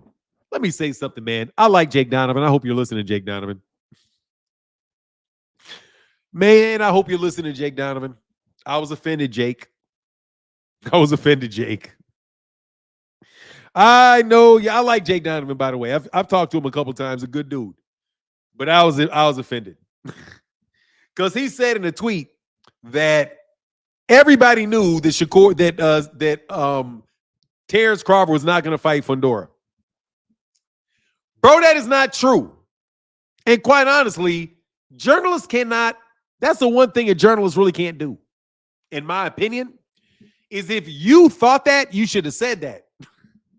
Even though he probably said it. But not everybody knew it. Now, he probably did say it. I don't know if he said it or not. My issue is that, no, not everybody knew that. Because I was sitting there listening to these fucking bozos tell me when I was saying everybody, Errol is fighting that man. There's no link in there because you ain't be nice. You didn't nice. I got to get another super chat before I link in. Oh, I put a link up every time I get a yellow super chat. That's when the links go up. I'm charging Rollo and you bums $10 entry fees. I don't care who pays it. Okay? Because you guys are ruining my day. I realized sitting there, man, dude, I would talk to Rollo's stupid ass all day if it was $100. No, I wouldn't. I would talk to his stupid ass for 15 minutes if it was $100. This is worth my time. Okay? That's why I started getting rid of him. Because it's just not worth my time. And he's bringing a lot of negativity into my life. So somebody just said, click the link in here. If somebody wants you to get a link, they will hit the link. If I know you, I'll put the link in for you. Fanon, did you see Bill say they are moving on, but he tried to have Ryan testing for nothing? Yeah, exactly. This bill is full of, Bill is billifying. That's called the billification of the circumstances. That was what you call a billification. When he called, I'm coining that phrase. It's called a billification. It was billification. That would make it a billish comment. That would go with that's some bill shit. We could talk about the billification of boxing. We could talk about the billification of the concept of rules. Yeah, billification goes a long way, bro. It's a case of billification.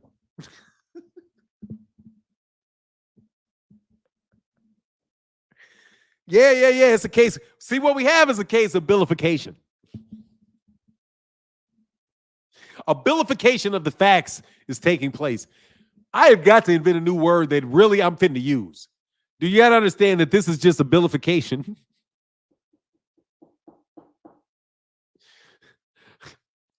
This is just a billification of the truth. The fact of the matter is that Ryan Garcia is suspended, and he could not possibly be avoiding a fight with Devin Haney while he's suspended, because it is Devin Haney that insisted that he be suspended and wanted him suspended for life. And he wanted him out for life. No. Vilifying is not vilifying. No. Vilifying is not vilifying. No. That's a different word completely. Biffication is so much more an intimate term because it has a mix of malice, misinformation, exaggeration, obfuscation,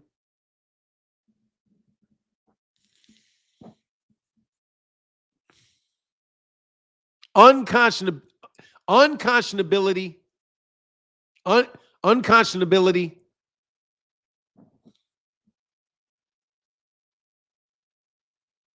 and with a comedic twist. With a comedic twist. That is biffication of a topic. See, because Tank has been vilified. You can't say Tank has been. You cannot say it's not enough to say that they are vilifying Tank. No, that's not enough. That word does not. It does not. It really doesn't touch the meaning, the essence of what I'm saying when I say vilification. No, Tank has been vilified. Tank has been. All of Tank's successes have been turned on their head. All of the standards that have approved that, all of the standards that have applied to all of the boxers throughout the world cease to exist in the vacuum of vilification. No, there's been a fundamental change to the almost metaphysical structure of the existence of Gervonta Davis in the minds of those that accept his vilification, accept how his persona and his messages are judged. Yes, you're right. It is deeply rooted in biology. Biology differs, though. No, sir. Biology definitely differs from vilification. Because biology, you have to understand,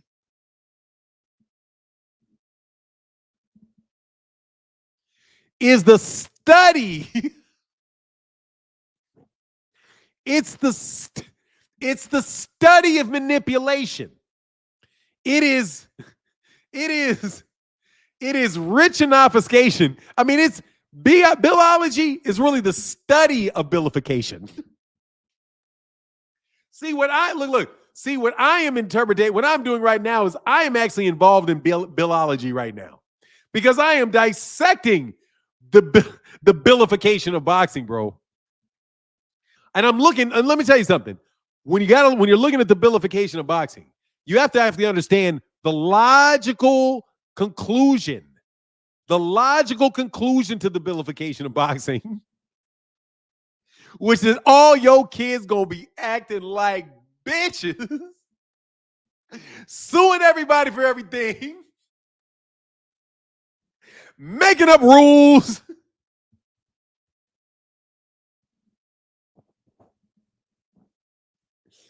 Flat out telling stories. Like, bro, it is a socio-economic psychoanalytical phenomenon called the bill theory. Philosophy. Deeply rooted in philosophy. Man, let me tell you something, bro. Ooh. I think you guys are on to something. Bro, because let me say something.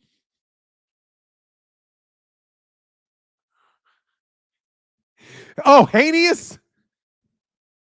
Oh, heinous. Oh, that is heinous. But you got to understand there's a difference between heinous and heinous. Bro, that is heinous. Man, come on, bro. You know that's heinous. Come on, man. That's heinous. Because it's not. Bro, it's because the question is, it's Haney-ish. Now, see, that's fucked up. I ain't going to say that. See, I'm going to stop that right now, bro, because that's a personal attack if I say Haney-ish. So Haney-us? I don't know. That's interesting. I got to go into my Latin roots of what is the Latin root of William? Hold on. Let me see this. That's how this works. Latin root of William.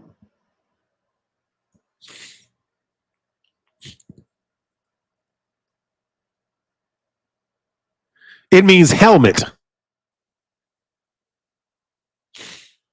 Willio. Will plus helmet. Latin origin borrowed back from the old Williamy, specifically Northern, reflective, middle even, Williamius. Oh, that's what his name really is. His name is really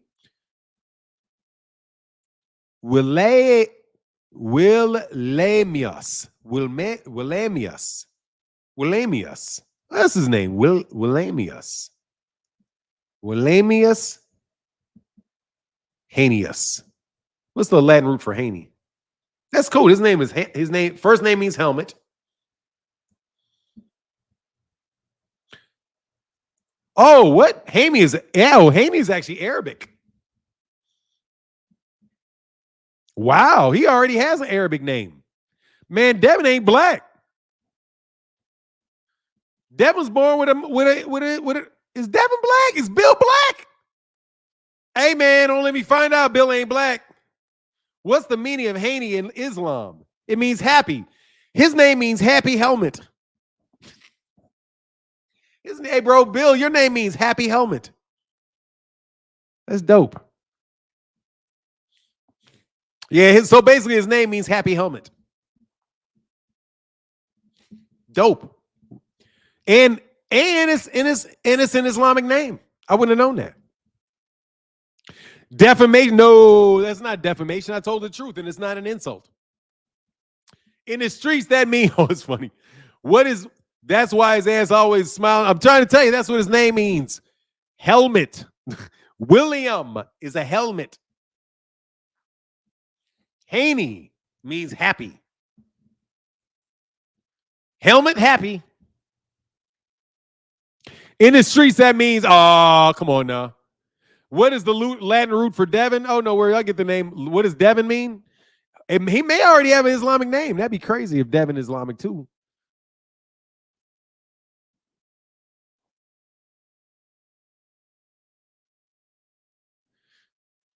Oh, that's Biblical. No, that's Hebrew.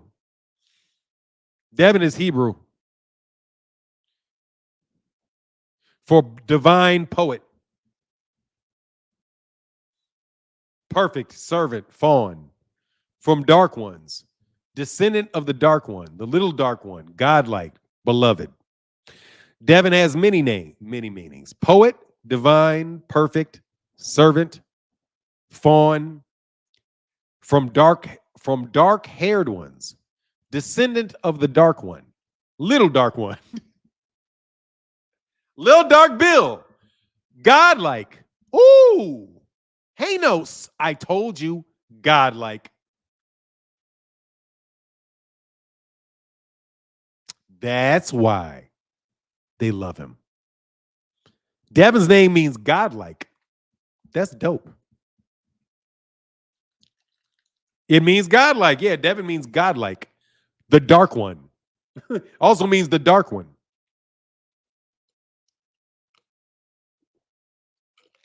Which means the wise one. The dark one means, no, the dark one means the wise one. But if you say the dark one, that means the wise one. Really. So do you agree Garcia should have been banned for doping? No, I don't think he should have been banned for doping. No, I don't. Because he was already banned. He was already banned for not notifying them. All right. So as we know now, nobody wants to talk. So I'll put a link up. If I know you, come on up. If I don't know you, it don't matter. I was just joking anyway. I have to do shameless plugs every once in a while, so I got to make it fun. No, Little Dark. No. You got to change that shit up, bro. Jameson Shaw. No. Little Dark One. In other words, not so wise. Oh. Well, I wouldn't say it would mean that, though, if depending on who said it. Because again, it's little.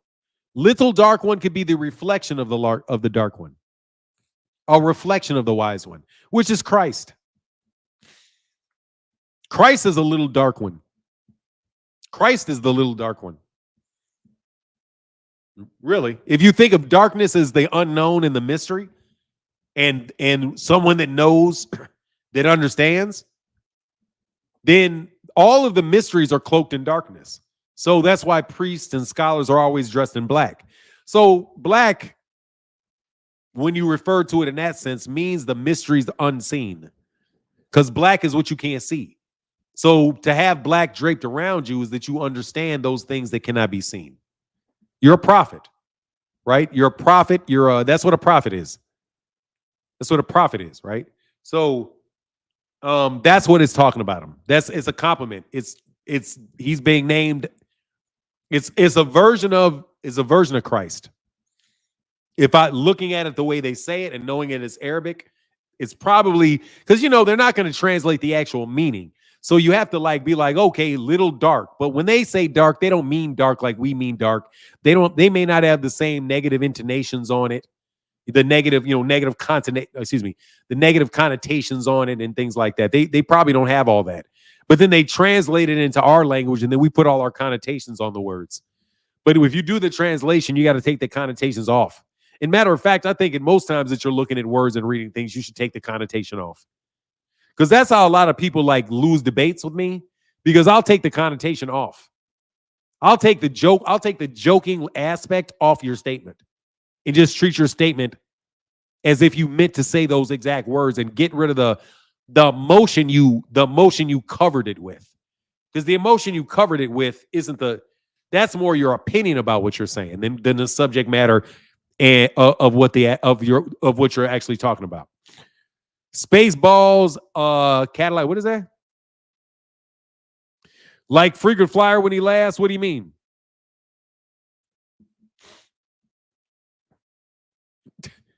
Nah, he ain't got greasy hair. Bill Haney has good hair. Bill Haney has Arabic hair. Bill Haney has Arabic hair. Bill Haney is Arabic. Wow. That's an Arabic name. Oh, he pretends like he's joking around when he's not? Yeah, exactly. Right. They play like you're joking or they're whatever. Or because you say it loud that's going to change what you say. That's how people get you. They'll be like, hey, they're joking and smiling. Bro, they're dead serious. You can't, when you write something down, it's hard for you to get the sense of a joke when you write it down. So since the words that you're talking about have to be written down, you better go with the base understanding of that word. Lil Monster Gaming said, I did speak with Bill. What about it? Lil Monster Gaming, you spoke to Bill. Good for you. Bill's fun to talk to. Very fun. But anyway, let's get back to this. So it looks like Bill got tossed, though. No, I didn't get tossed, but I think he got replaced. Not replaced. I'm sorry. Yeah, replaced his train. At least, no. What did he do? He was seen working with Freddie Roach. With Freddie Roach. That's what they say is always something serious behind a joke. Yeah, it is. Yes, man. Look, first of all, laughter is an emotion. Laughter is an emotional reaction.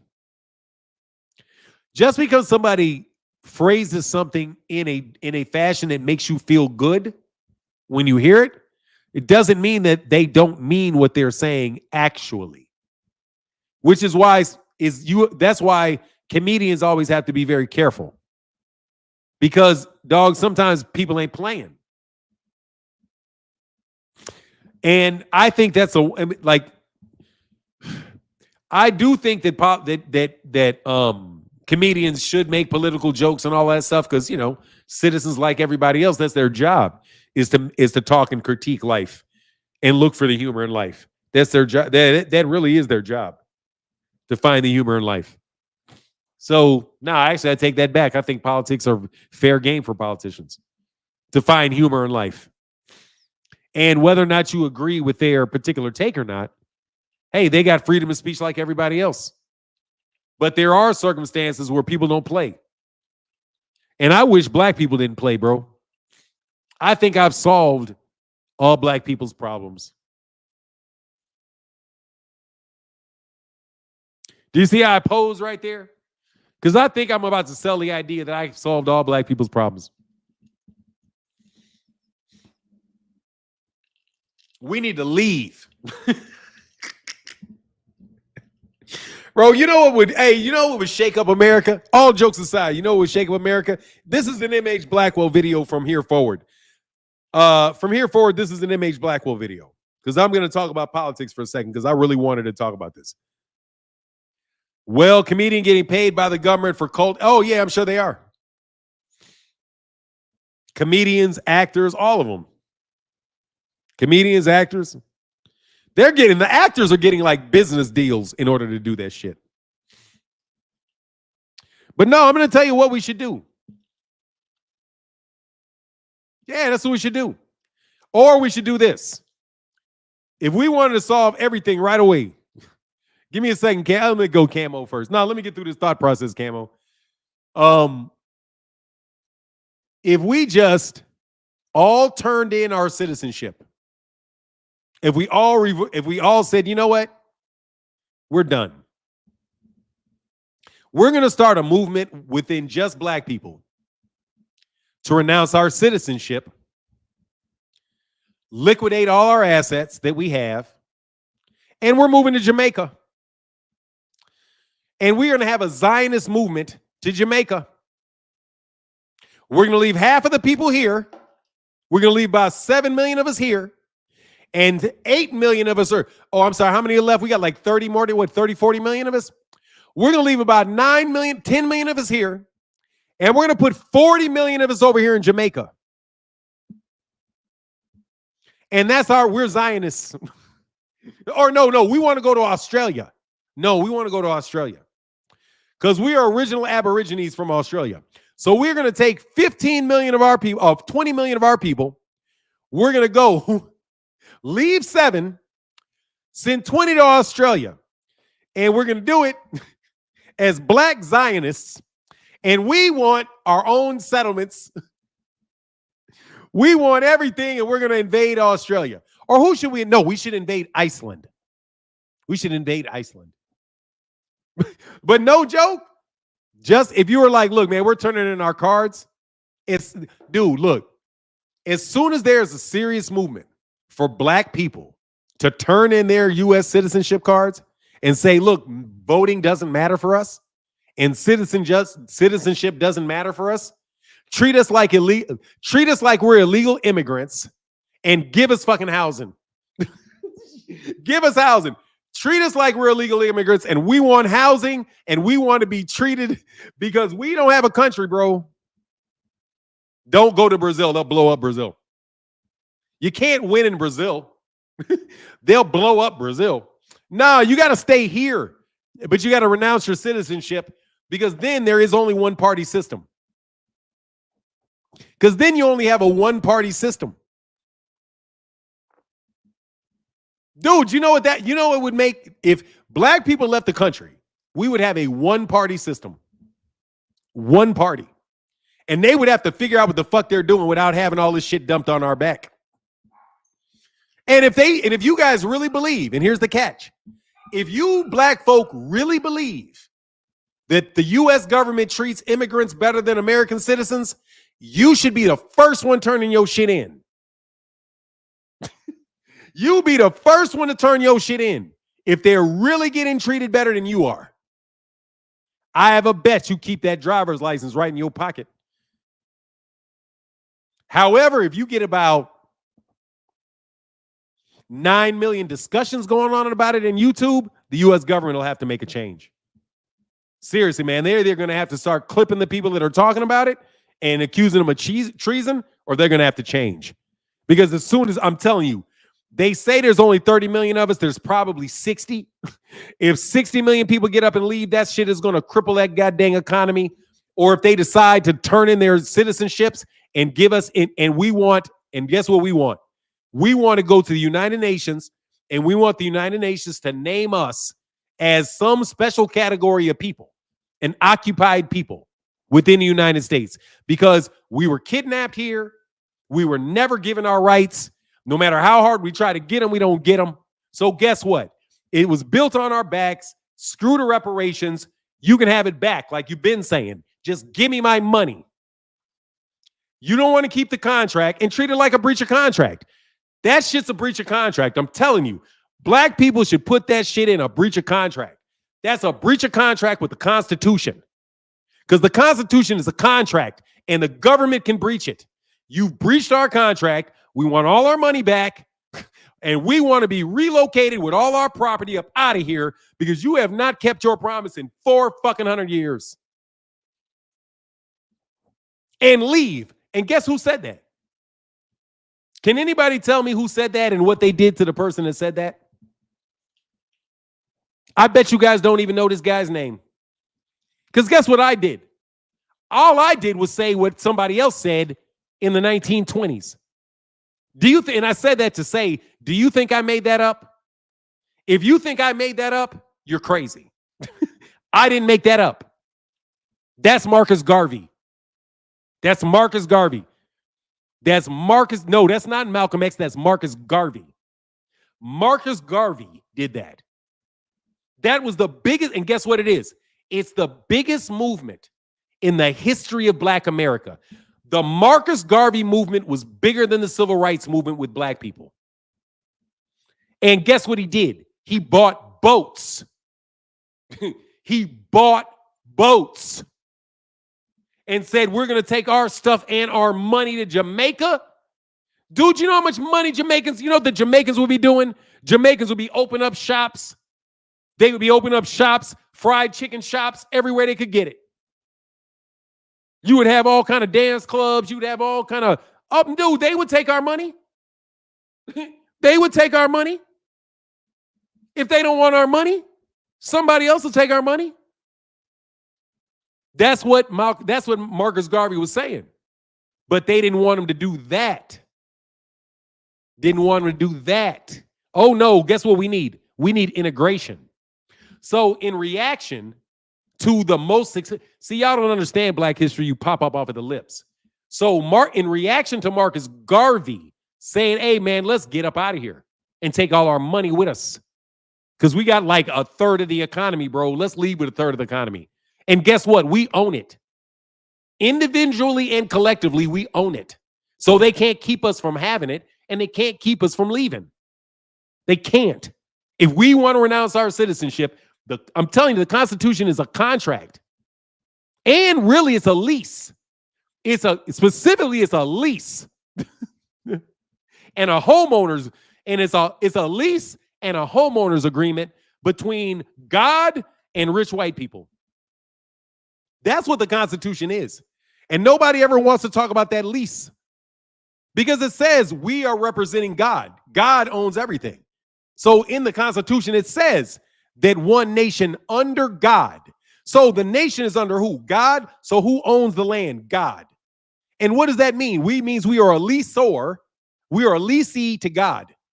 And we have an organization called the government in the way that we will organize all of our different things. What the basic essence of Marcus Garvey is this: if you do not give us our value for our agreement, which is the U.S. Constitution, which is literally to be treated equally, you're in breach of contract, government. And when you're in breach of contract, bro, that shit goes away, bro. And that's what these dudes, that's why black people are so powerful. And why they're so willing to bend over backward to keep your name in the public, make you look at stars and think everybody's good. Oh, look at all the money you got. Look at all the money good. Why would you ever leave here? Dude, if it wasn't for black people, LeBron James would be LeBron James. If it wasn't for regular black folk, LeBron James would be broken apart. His ass would be broken apart playing ball. Tallest dude at FedEx. Because ain't nobody going to pay to see you. That's why y'all need to stop acting like y'all way up here and come down here. All right, Camo. That was MH Blackwell talk, though. I just wanted to convey to you that really and truly that there's nothing new that these people are saying. I just gave you what Marcus Garvey said 100 years ago. And I promise you there's going to be on somebody on YouTube acting like they made that shit up. So, bro, and there will be somebody that thought about that without ever thinking about Marcus Garvey. But they wouldn't know that all of the different things that drove you to the conclusion that Marcus Garvey had originally came from people that were commenting and learned from Marcus Garvey. Same thing for Noble Drew Ali. Same thing for many Sheikh Adi Diop. Same thing for a lot of these old scholars that y'all act like don't mean shit because you making shit up every day. What up, Camo? What's going on, OG? I'm good, brother. What up, man? Nothing, just shit. I'm tuned in. Let you know I was listening, man. I kind of chimed in. I kind of tuned in a little I know you was giving a lecture, so that's why you see. No, go ahead, man. Wherever you want to talk about, man. I just wanted to I didn't want to lose the thought. That's what I didn't want to do. No, you good. I understand that. I'm just chilling. I'm tuned in, man. Shit, like I said, they catch me in Houston still, baby. I don't care what they talk about. They catch me. Nah, don't let them catch you in Houston, dog. Stay out the way. You know what it is. No, of course that. Okay, so yes, sir. This weekend, I know we got coming up Better Beef and Bivol, right? I got Better Beef. You know, I got Better Beef simply because if you hear everybody that when he's sparring and with him in there, they like, how the fuck did he get so strong? Like, is that just that Russian shit or like what's going on with it? Because they saying like he has some power. Oh, you talking about? You saying why is Bivol so strong? No, Better Beef. They saying like. Oh no, wait. Why is Better Beef so strong? Yeah, like how did he get strong? Oh, I meant to ask you. Okay, I know fuck the Austrian shit. Can't boxers use creatine, right? Because that's like, they can be on creatine. I mean, creatine is natural to the body, so they're gonna have a marker that if it's above the acceptable amount of creatine, then they'll say something. But you have a certain amount of creatine in your system. But I was interested in what you said last. What was it you said last? Like, how do you think, or what workouts do you think Better Beef used to get that power? Or is that just? I think he's doing the same exercise I think he does the same exercise a lot of people do, but he does it, and he's just an animal. That's just him. Like, look at the size of his head.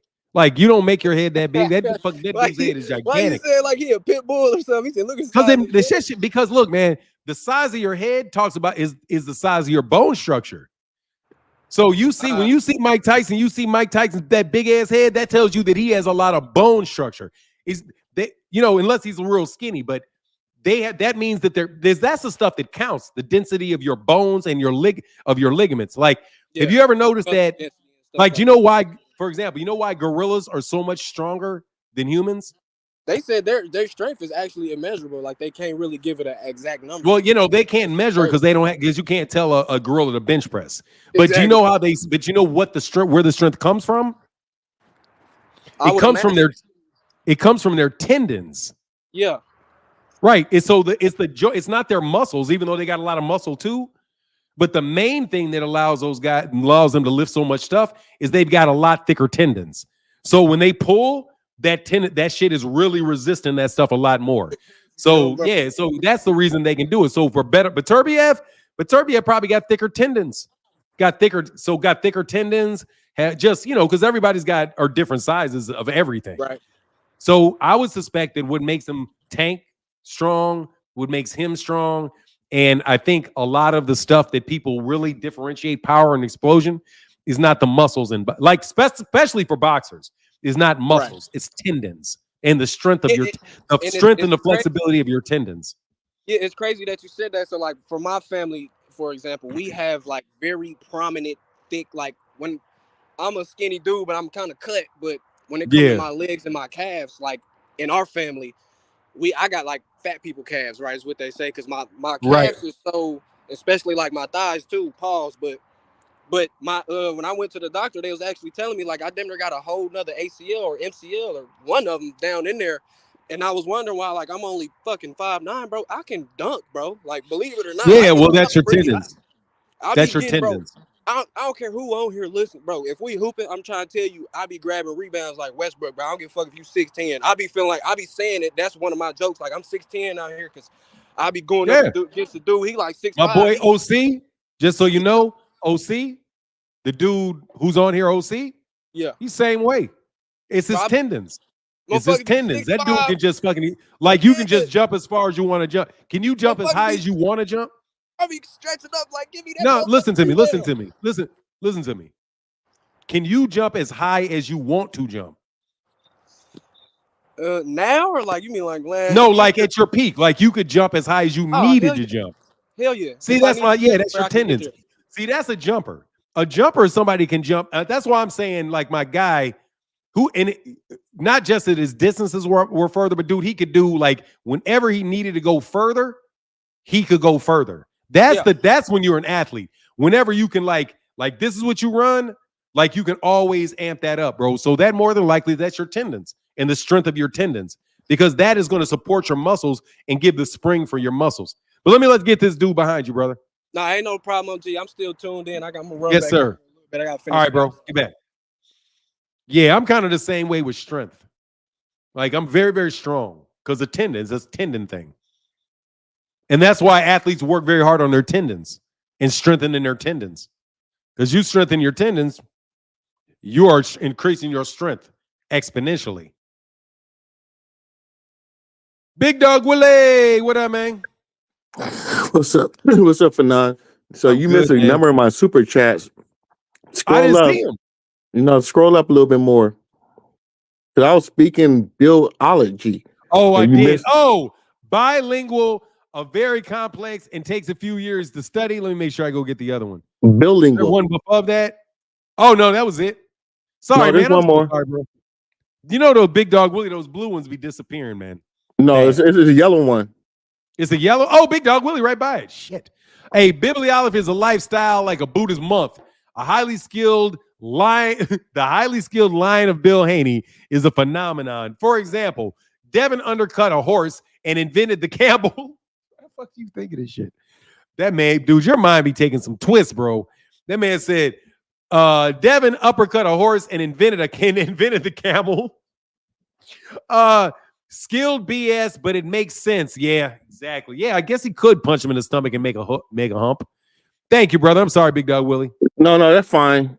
But real quick, what you're saying is I think that you should really read I know Rod Walker's his quotes and stuff like that. Rod Walker, because he has some good ones talking about the church of Bill Haney. Just read some of his quotes. Rod Walker. Okay, I'll check him out. Yeah. All right, man. All right, man. Thanks. Yeah, I'll take a look at it, man. I'm sorry. And I should be watching Rod Walker. I got to do a better job of reading people, man. Thank you. Hunter Young, I told you about a month ago, I did a poll saying same thing you were saying now. I had a plan in the poll and everybody and everything. Folks said no. No to that. Oh, yeah, because they don't want to go nowhere. That's what I'm saying. Who's very creative. Oh, is he? Okay, I'll keep Rod Walker. I'll keep a lookout. Thank you, man. Appreciate that. Thank you for the recommendation. No, Rod got you. You're talking about Rod Walker. I got you. Oh, yeah, they creates the Bible scriptures. Oh, yeah. I've read them. I'll do them every time now. I'll do all Bible scriptures. Yeah. Okay, I got you. Let me put this link in this chat, though, man. Maybe I can get somebody up here, man. Maybe we can get people up here. Man, these guys don't want nothing with me no more. So I'm going to start having to pick on other people, man. Yeah, no, they don't want that because they don't want to go nowhere. And ain't nobody trying to go nowhere. That's why I say I'm in the United States. So I might as well sit down here and try to make it a better place because don't nobody really want to go anywhere. And really, there is a solution that ain't gonna work because ain't nobody gonna do it. But if you threaten it enough and back off, whoever suggests it is either going to be very rich or going to get deported, or he's going to become very rich until he gets deported. Whoever claims that, because on the real,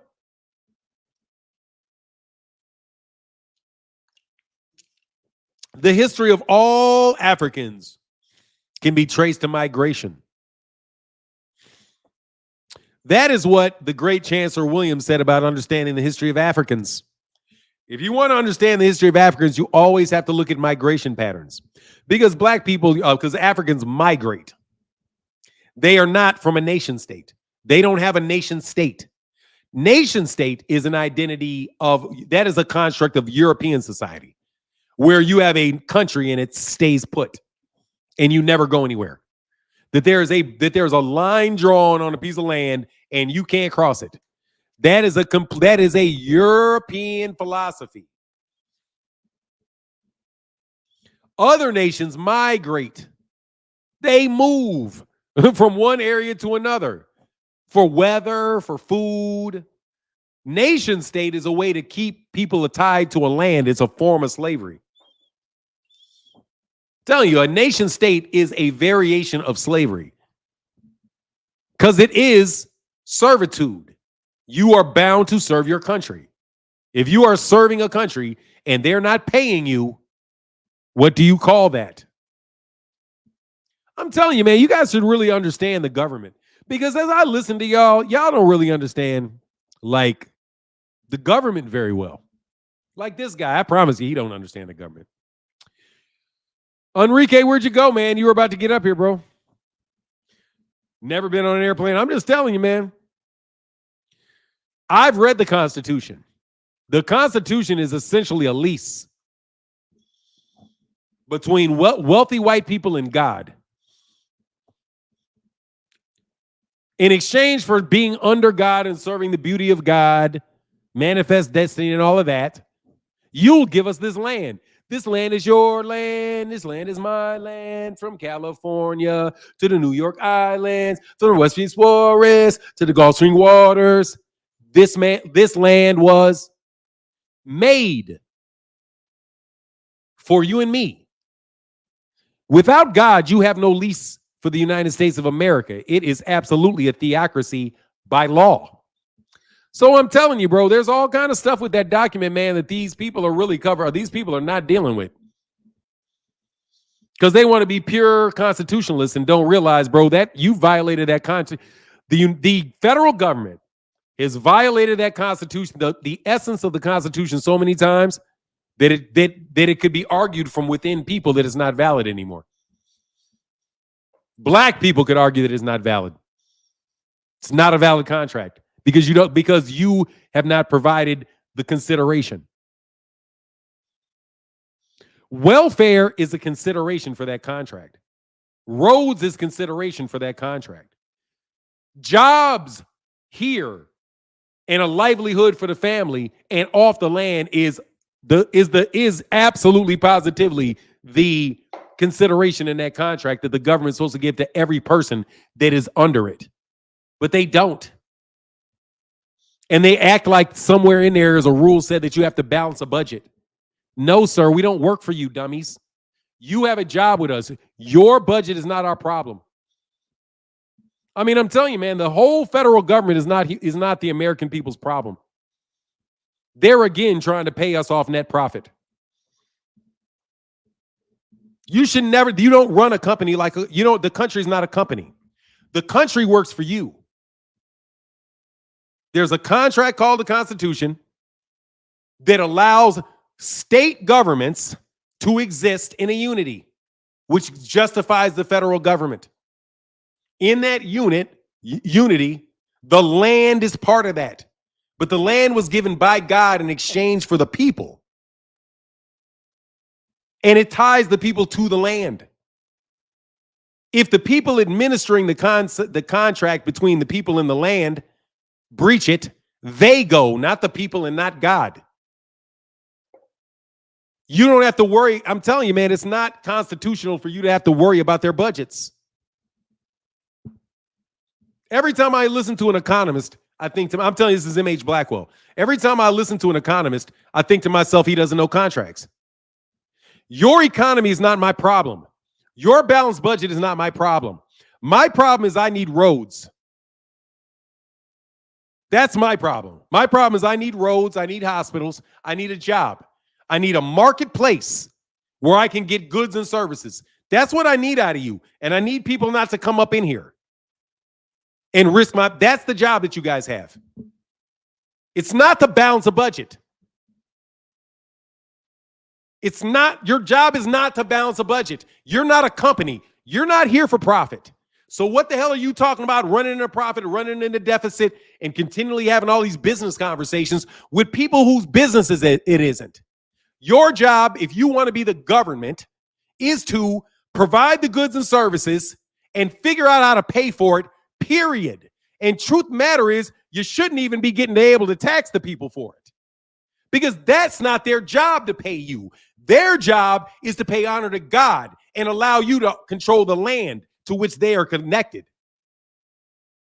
You guys fundamentally do not understand politics. You fundamentally do not understand the law. You fundamentally do not understand it. But you give out opinions all day. This is M.H. Blackwell channel. That's why I would challenge y'all with these arguments. If you really say, what can we do to fix this problem? Here's the solution. Everybody, if you think this is how everybody thinks, everybody get up, take your birth certificate take your birth certificate back to the state that gave it to you and say, I want this destroyed and I want all my records back for a breach of contract. And we're going to bring a class action suit of 15 million black people against the government for breach of contract. And we want this redress. You have your citizenship back. Because the government is a lease.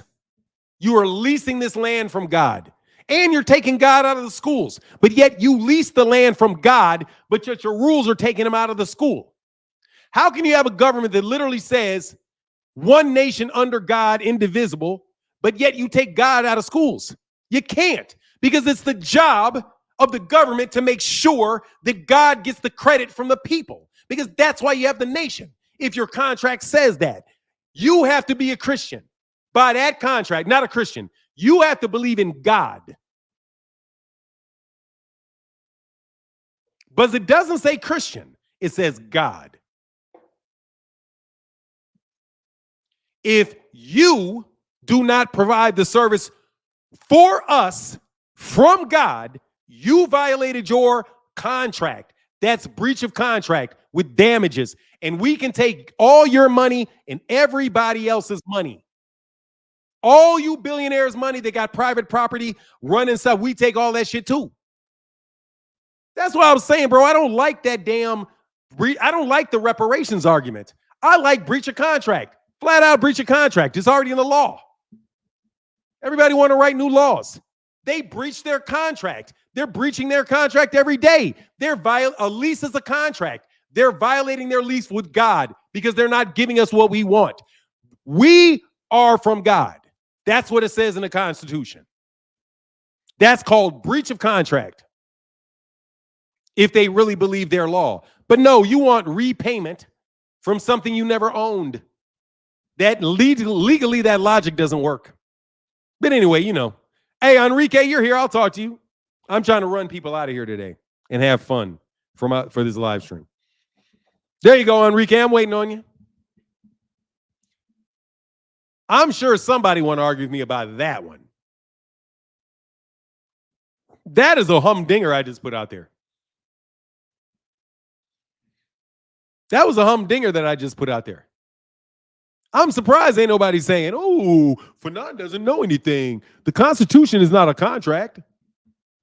Even though it is. That's a contract like every other contract. It was a contract between landowners. And they all agreed that the land agreed that belonged, all of the owners of the land and those original colonies agreed that God owned the land and that God gave them the land to take care of people. But without God, they don't deserve the land. Because the only reason they deserve the land is because the people that had it before didn't have God. That's why the papal bull says you are allowed to reduce to servitude all those infidels, because the infidels are not giving praise to God. And if you're not giving praise to God who owns the land, then it's their job to move your ass off the land and put God-fearing people on the land. That is the argument that those dudes had to start the United States of America and all the countries in Africa. It is breach of contract. It is not something about reparations, because even reparations is breach of contract. But no, if you say they breached the contract, you want out of the agreement and you want all your ownership back. And guess what? If they have to give you back what they're managing for you, because remember, the government is only managing what's yours. So the government can no longer manage what's yours, which means it's the land. And guess what's going to happen? They're going to pull out a full-out oligarchy on you. They're going to pull out because right now it's an oligarchy. It's really run by rich land-owning and material-owning people. But guess what? If you say, give me back my IDs, as in get it out of your system, because you violated a contract which allowed you to keep my birth certificate, which allowed you to give me that number, which allowed you to give me a social, all of your identification, all of the rules that they all have. Every law in the United States of America, period, is all related to the Constitution, which says one nation under God. And they recognize that all men are created equal. When you say created, you mean created by God. And when you say that they created it, you're the owner. So God is the owner of the people. God is the owner of the land. All you're doing is managing for God. And when you take God out of it, you have breached your contract. Breach of contract. And I'm going to tell you right now, you can be an atheist and still make the argument that that's breach of contract. An atheist could not argue that that's breach of contract. That's breach of contract. Because you are entered into a contract by birth, but they have to give you something in exchange, and what they're giving you is citizenship. But they're acting like the citizenship is what you get. No, you don't get the citizenship. What you get is the benefits of the government, which are derived by God. And they are supposed to deliver through our government and through our people the will of God. And the will of God is what? The land he left. And when I say will of God, I literally mean like as in when somebody dies, they got a will. The will of God is that human beings will be taken care of on this land. And who wrote the will? The Spirit of God wrote that will in the minds of the Christians that founded the nation and admitted that he owned it and inspired them. So therefore, whether or not you are an atheist or not, Buddhist or not, it doesn't matter. If the government takes any stances towards atheism in any way, shape, form, or fashion, and not the recognition of God, they have violated their contract, and we can walk out of it, and they have to give us back everything we own, which is us, our names, our property, our likenesses, our land, everything got to go. For breach of contract. And guess what? It can be all black people say that. Because guess what? It affects everybody. It's not even a black issue. It's a contract issue. And the government fundamentally misunderstanding their responsibility. Your responsibility is not to balance a budget. It's not. That is a byproduct. We don't care if you go into debt. If you go into debt and the government can't provide what it's doing, then you lose your job, you get out, and we start a new government that can do their job. But it's not my job to balance your budget any more than it is Devin Haney's job to balance Oscar De La Hoya's his budget. You don't get to change the rules and all that shit because the budget is off unless you work for somebody. And that's why these CEOs and these guys that keep running the country are fucking up. Primarily, they're fucking up whenever they talk about, oh, well, we need to do this because it's good for this, it's good for that. We need to, no. You got to provide for us this shit, period. Period. Schools, protection, food, shelter, all the things that God gave us to have through the land. You got to use those damn trees and build some houses. You have to get those cows and make some food. Your job is not to become global. And we need to make sure we understand our place in the world. No, we don't. We need to understand what the hell you're going to do for me. That's why I really do rock with Rick Timms when he says, I want to know what's in it for us. But see, what Rick is doing, what Rick is doing is being a true American. But because you got to say what's in it for us. Literally. When people use, it's only wealthy people that say they don't need government's help because they don't need it. They don't need it. So they don't think it's a vital part of the contract because they don't need it. But just because you're a citizen that don't need what we deserve doesn't mean everybody else that need it doesn't get it. That's the problem with the wealthy people. The problem with the wealthy people is because they think the government is a business, which it is not. Again, the government, Donald Trump, Kamala, is not a business. It's not one. Business principles can be used to help you achieve your goals and your responsibilities. But that's just the means. That's just the means. You have a responsibility to actually do it. So if you're not doing it, you got to go, but not in an election. See, because here's the thing. They try to act like every time you have an election, you have a new contract. No, you don't.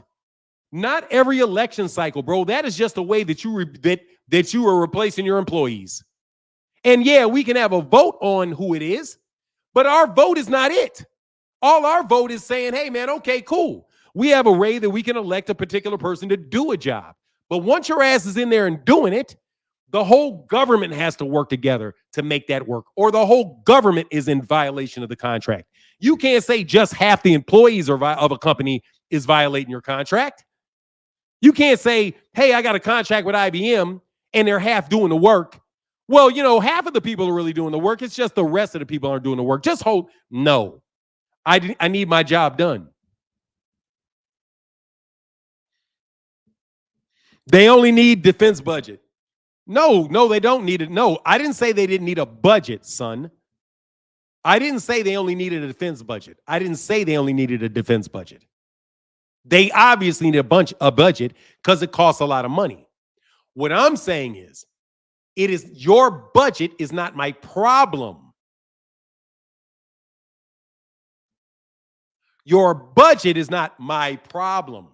You are trying to, when you talk about the budget and balancing the budget and all that shit in politics, you are putting the government's problems on the voter. The voter is not supposed to know that stuff, care about that stuff. The voter is supposed to be able to live their life in a constructive manner in a way that they feel like they're getting their value from the contract that they were forced to be in by being born. Because remember, they're saying that God owns you. Because they said all men were created equal, right? But who created it? God created. God created all men. That goes backwards.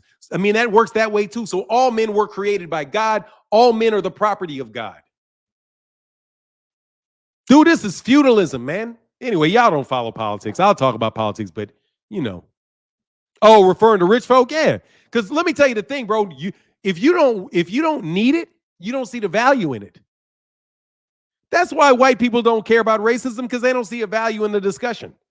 Like, this is, yeah, I get you. It makes sense, but I don't see the value proposition in this for me. No, I think everything works just fine because I have problems, but hey, people care about things when it affects them. Wealthy people don't care. That's why you get all these new conservative black people who all of a sudden start seeing, well, shit, these people, what they're doing actually works for me. But I'll vote for you. Yeah, sure you will. Sure you will. Meanwhile, you're going to spend all your time continuing to make that money that makes that in your interest. If you really had a problem with it being in your interest to vote for these people, you wouldn't take the money.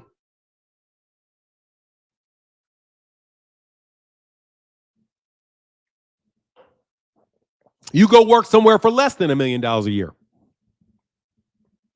You go work for somewhere for $500,000 a year. You know what I mean? Yeah. Anyway, man, it's been fun. Thank you guys for chopping it up with me. That was a little MH Blackwell video for you. We talked a little politics, but we're not going to talk politics like you guys talk politics on other channels. I'm not doing this current event stuff. Current event stuff is really good to get subscribers. Tierlander, there's no conservative black people. The black community is traditionally conservative. No, they're not. No. The black people are very, very liberal. Black people are actually extraordinarily liberal. Extraordinarily liberal.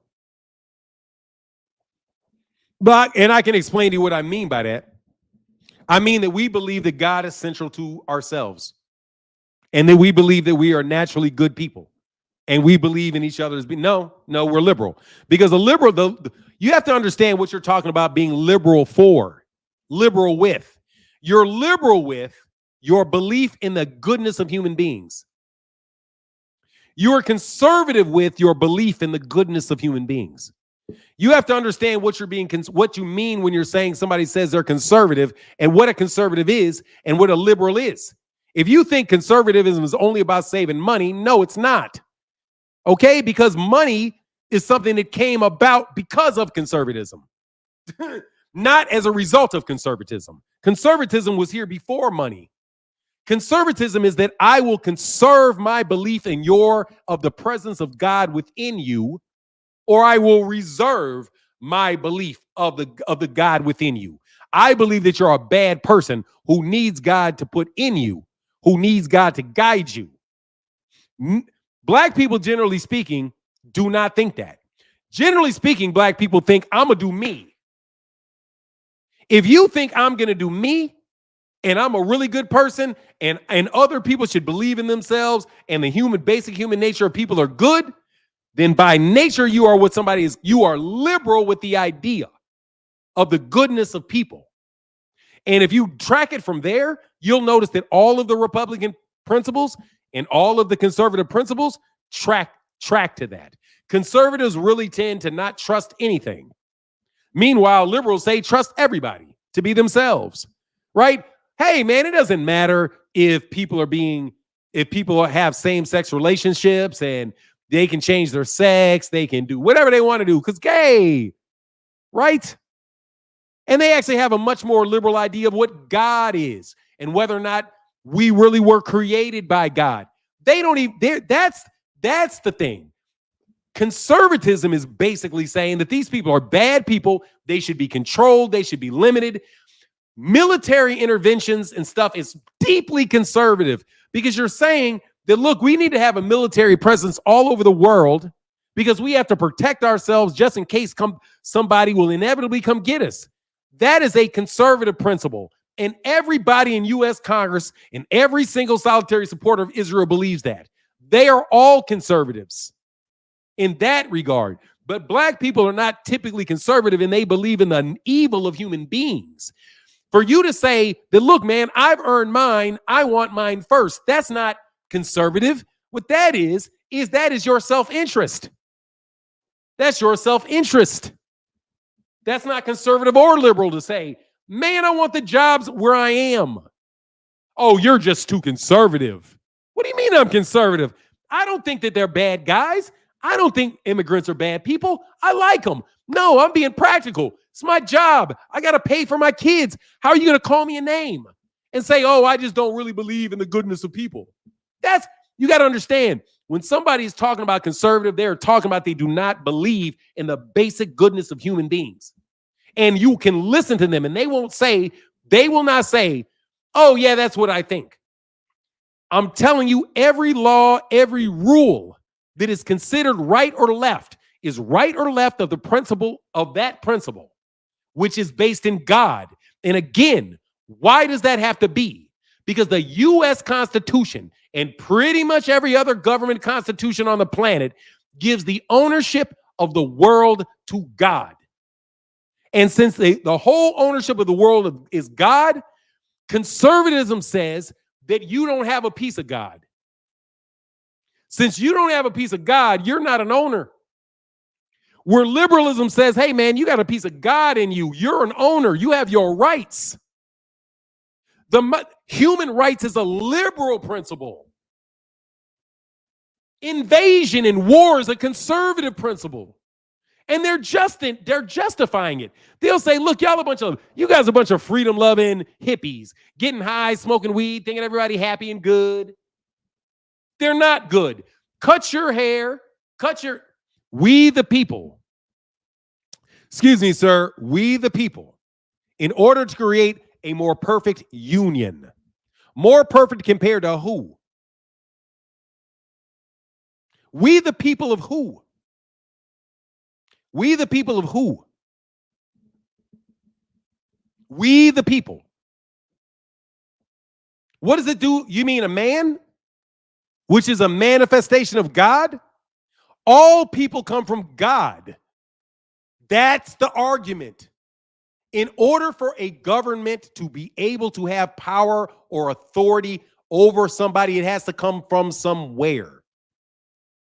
And when you say we the people, all you're saying is that we agree to this, right? We agree to these rules, but the very establishment of the ownership of the land and your right to have rules at all come from your observation of God.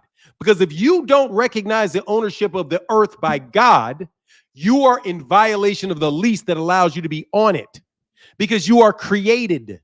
And if you are created, you are a reduction or a restructuring of something that was parts that were owned by someone else.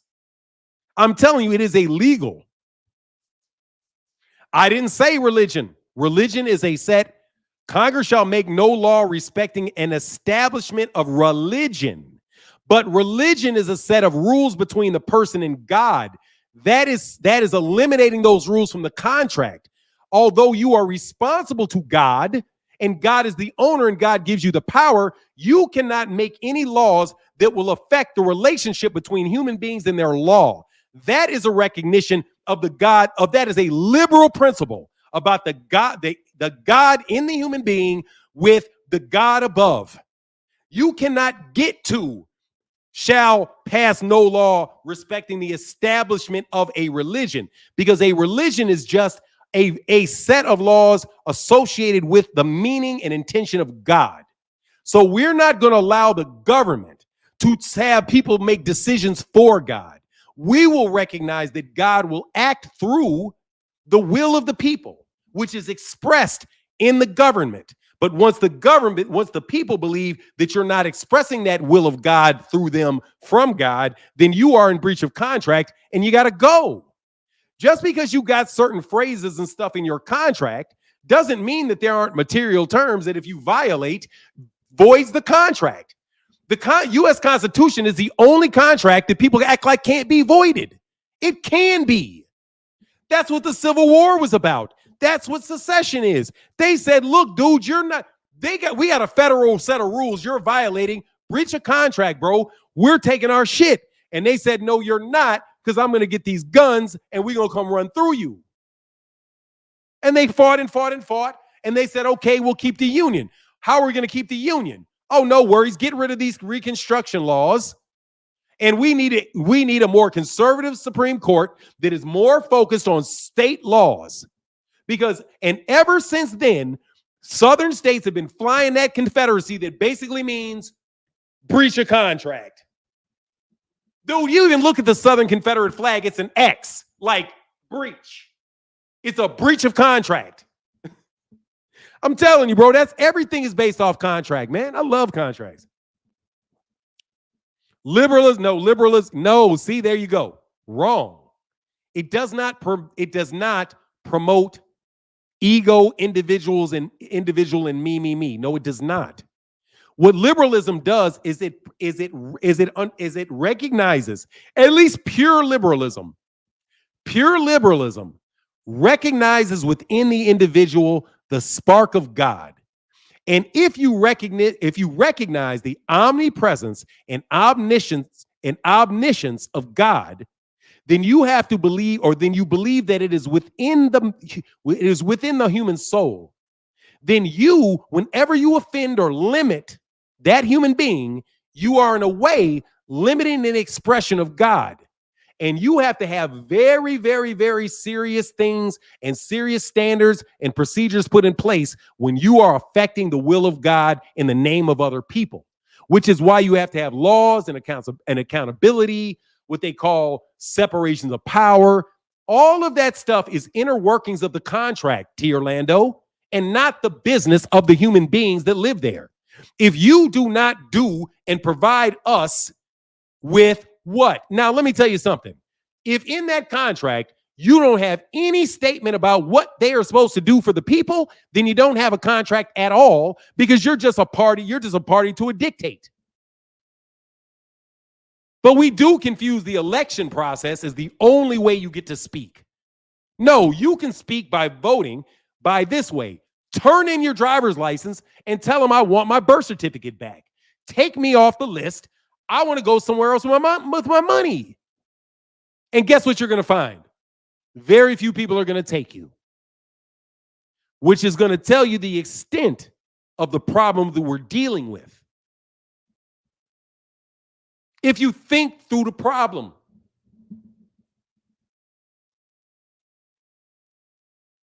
Man, God is talking to us right by way of Fanon. Oh, thank you, bro. That's the greatest compliment I've ever had.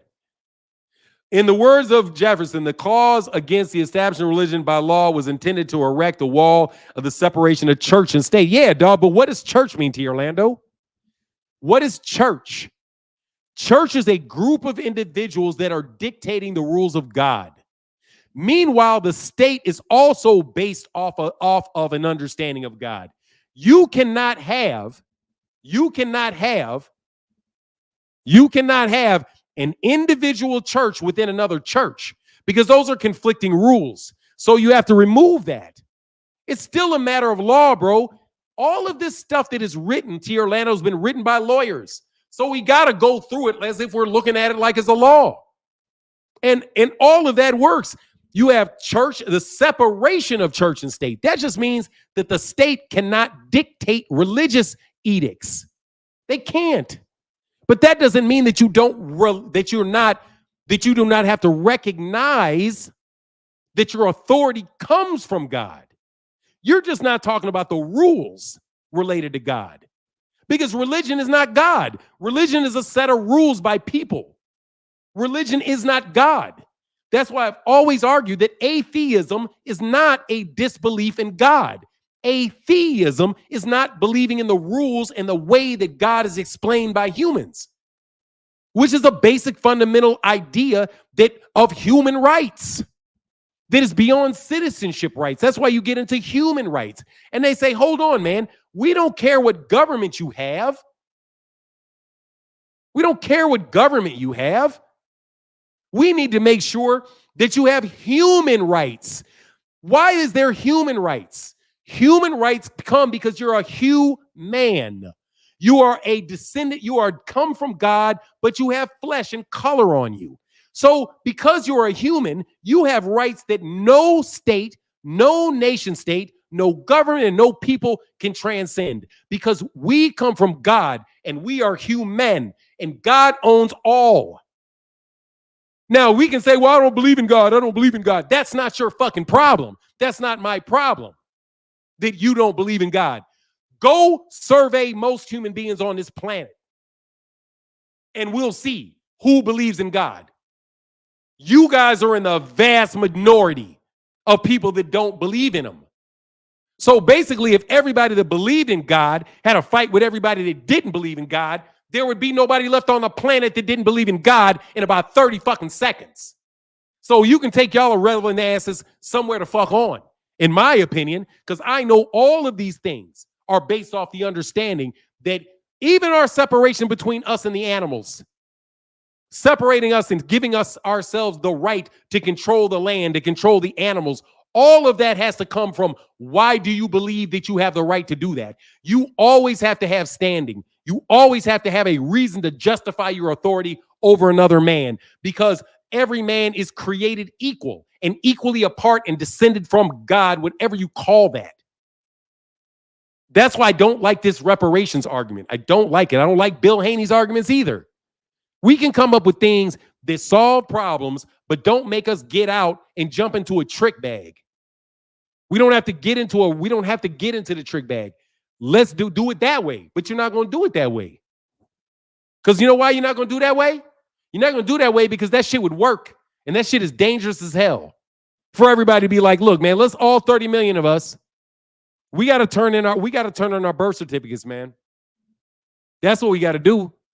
We got to do a march. We got to do a march on birth certificates. I'm telling you, man, I don't want to. The next march, let's not do a march on Washington. Let's do a march of 1 million. Let's do a 5 million birth certificate march, and walk right into your local government and say, all 5 million of us want our birth certificates changed. And in exchange for getting rid of this birth certificate, we want our net worth. Dude, the government wouldn't even be able to process that problem. Do you understand what the Supreme Court would have to do with the idea of 15, 20 million people saying, I want my birth certificates deleted? Because that's a government document, and I'm no longer in a contract with you. Bro, I'm not getting into reparations. With T. Orlando, you know you're losing this argument, bro. Church is defined as the body having similar faith and doctrine and a common ruling. Yeah, but it's the doctrine, bro. You missed the doctrine. And doctrine. Bro, T. Orlando, you got to be better than this, man. You're a litigator, homie. You said and doctrine. Similar faith and doctrine. You have to have the doctrine. A doctrine is the rules.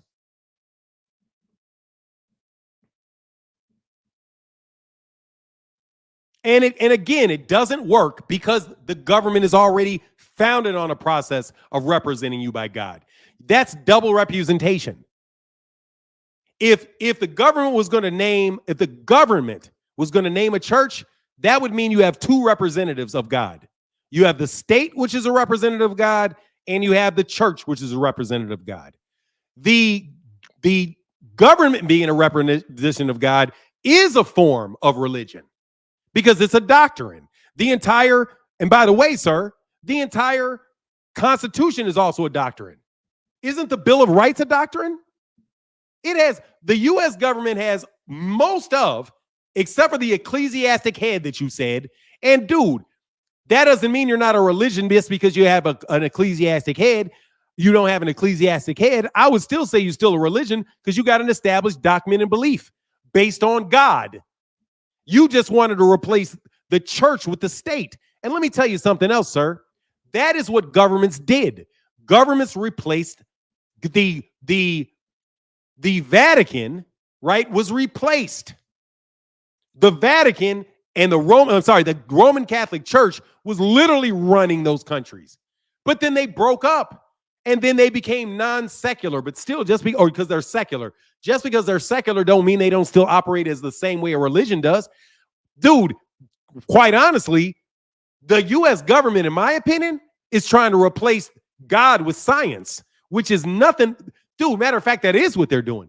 They're replacing God with the idea of science and saying that, oh, well, we're not going to pay attention to God. We're going to pay attention to science. I'm sorry to break this to you, but the contract between us is not about whether or not you think this shit is right. The question is whether or not God does.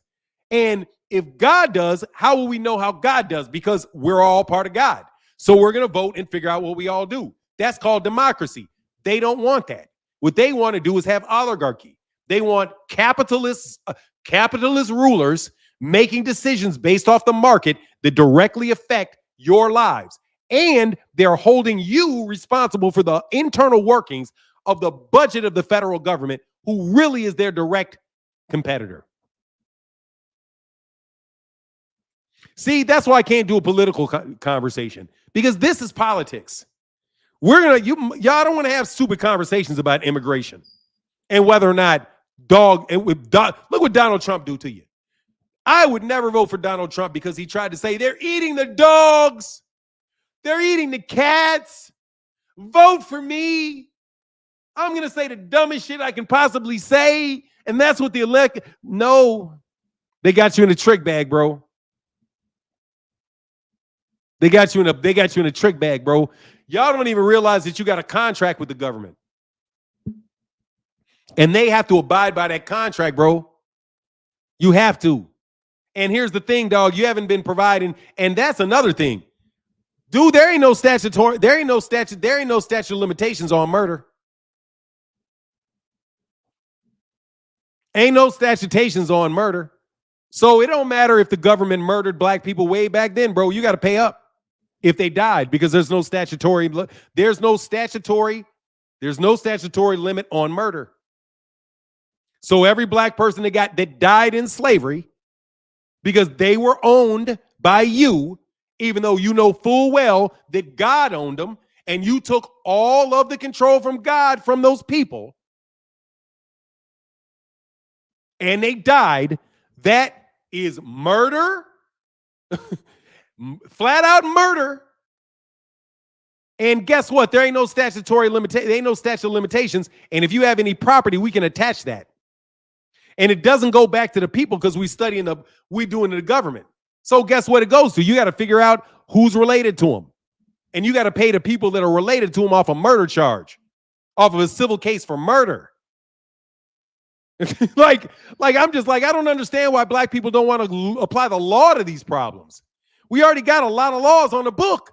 All you got to say is, dude, if your parents murdered my grandparent and you've been benefiting it the entire time and we can't get them, can't murder. Exactly. No, but it's again, sir, breach of contract, T. Orlando.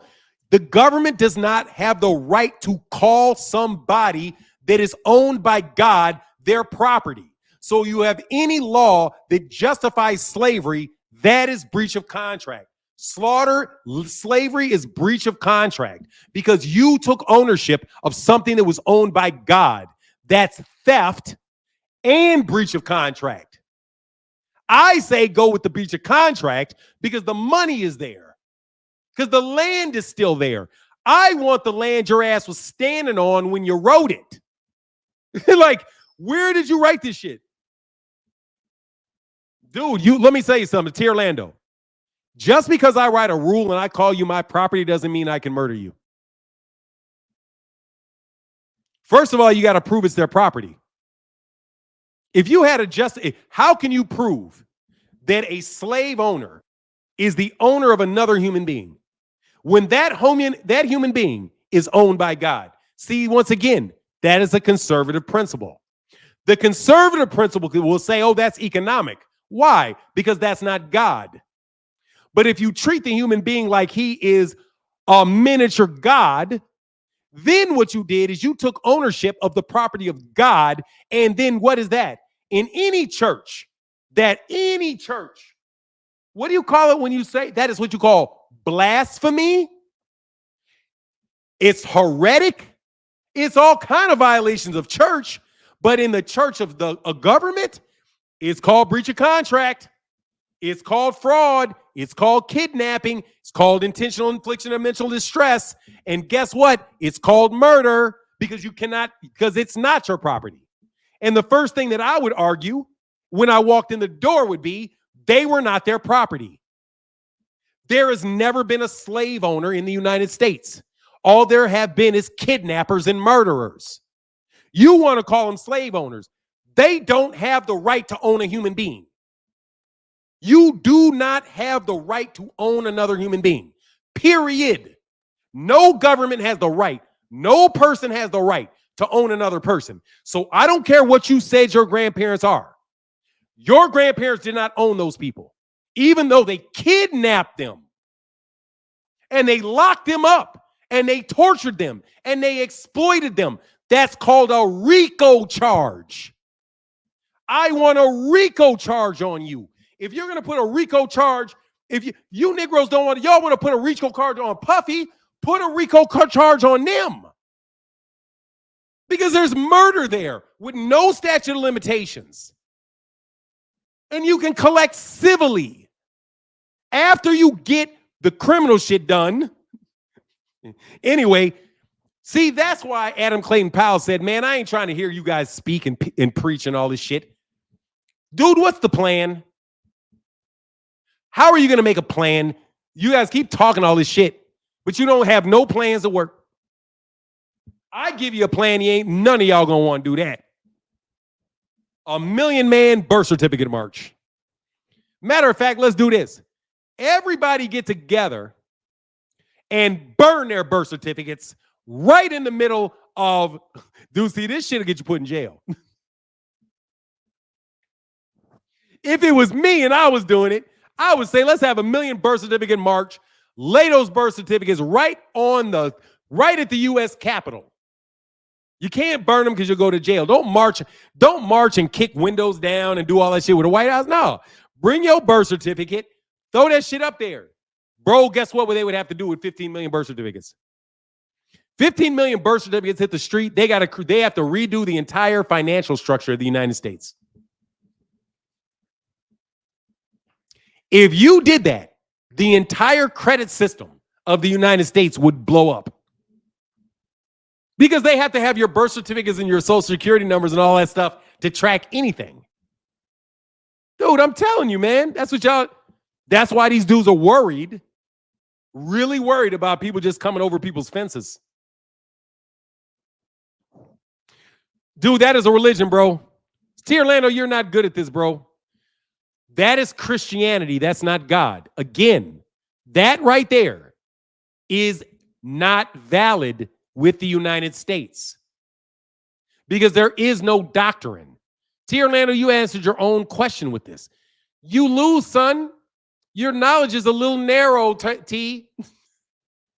Bro, T. Orlando, bro, you can't do T. Dog, T. Orlando. I know what I'm talking about, bro, and you know I'm right. Yeah, dude, nobody ever questions the legality of the U.S. Constitution. Nobody ever even questions the legality of it.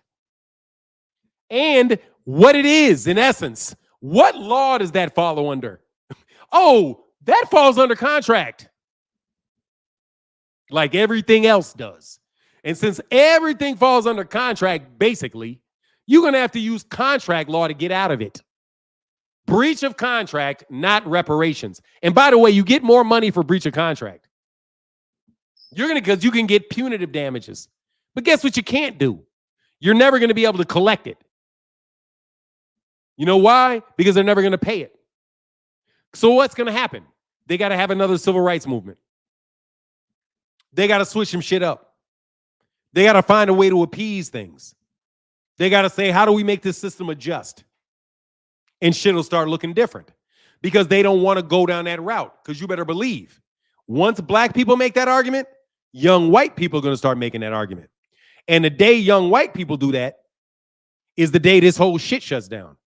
And you better remember, black people are a virus in that regard. What we do starts what other people do because everybody thinks they're smarter than us. Everybody thinks whatever black people can do, we know we can do it better. So if we go out and do something, then they get really inspired to do the same thing. You know what I mean? I'm trying to tell you right now, the most beautiful thing about Neely Fuller Jr. is that he said that the reason that you want to compensate for racism and white supremacy is so that you can cause them to change the system. Because the shit you're going to do is not going to work. Don't get me wrong. I don't think that they're going to even let us out the country. I'm going to tell you what would happen if everybody did that. They would lock us in this country and they wouldn't let us go. You want to test if their slavery is real? Have 15 million black people with all their money say they want to turn in their birth certificates and they want out. I promise the system will go into overdrive to keep you right the fuck where you are. Because we have an illusion of freedom. We don't actually have it. If 15 million would be a national security issue. That's a national security issue. I'm sorry, we can't let you go. I'm sorry, I know y'all want to go. I know you think you can go, but no, National Guard, surround them. Nope, we're going to put you right over here. We're going to put you, no, I'm sorry, because you got to understand, we're too big to fail. They will bail out the banks. They will lock you up for doing that. And they can guess what they're going to do? They're going to earn money off you in jail while you sit there. Because you ain't getting out of the United States. No 15 million of you. So all you pro-black folk that got all these cornball ass ideas that people already thought of, we already know the solution. The solution is you got to leave. No, I don't mean go passport, bro. I'm not saying get a passport. You don't need a passport, bro. I don't want a passport. Dude, a passport is them giving you permission to leave. No, I don't want a passport. You can burn your passport too, because that is a U.S. issued government ID. I say you breached the contract. Here's your passport. Here's your birth certificate. I guess you got to walk around because you can't drive or do anything else. But see, exactly, you can't leave to Orlando. But that's the thing, because you can't leave and there's nowhere to go. It points out the fallacy of the system. Because if you believe there was somewhere for me to go, I'd be able to leave. But I can't leave. If you can't leave under any situation that you want to leave under, you're not free. You're in confinement. Just like Neely Fuller Jr. said, we are already in confinement. The question is, what level of confinement are you in? I promise if you tried to turn in your birth certificate, they would not let you do it. They would not let you do it. They would tell you that's who you are. And you know what that means? If that's who you are, and you have to have that, that means they own you. Literally own you. And if they literally own you, because it's your what? Name. That's you. Your name. Your birth date, which is the date they gave you. If you turn that in, they no longer own you, because there is no you like that, because you have no name. So what are they going to say? No, as long as you're on Earth, you got to have a name. So no, your birth certificate can't go. We need that for security purposes. Hold on. What do you mean security purposes? It doesn't say, it said that we're supposed to create a more perfect union. It didn't say that you were supposed to lock me the fuck up. I'm telling you, bro, every contract got flaws. Not every single solitary set of laws. You have to know every set of laws, where do they get their authority from? And like I told you when I started this, the Supreme Court justices all wear black. They all wear black. They wear black because they are representatives of God. Because God does, think about this. What does the Supreme Court do? It doesn't write the law. It doesn't enforce the law. It tells you what the law means. The function of the authority is not, the authority is from God. The people are from God. T. Orlando, you need to take a different, fundamentally, I'm telling you, bro, you're your own problem, man. You are crazy conservative, T. Orlando. You're a slave. You believe in slavery? Dude, seriously, man, you got to understand, T. Orlando, how indoctrinated your mind is for you to believe the things that you say. It's in the law, bro. The very idea that you think the government, you don't recognize that the government cannot own a person. And since the government cannot own a person, it cannot keep records that identify them. Because to the government, that identification is who they actually are. You believe in the negative. You believe in the you're always conservative, T. Orlando. T. Orlando, you're crazy conservative. I'm just telling you, you're crazy conservative, man. What's going on, Rizzo? Oh, what's up, Fanon? Can you hear me? I'm good, man. Hey, by the way, T. Orlando, bro, you know you lose this, bro, right? The government does not own people. It does not. And selective service is selective service, so just so you know, should be unconstitutional. Well, it doesn't matter. The Constitution, I'll tell you why. I'll tell you about all of that, though. Don't worry, T. Orlando. I'll give you a PhD level I'll give you a PhD lecture on the law. Bro, I haven't been practicing, so I read a whole bunch of the theory. What's up, Joe Rizzo? Oh, what's up?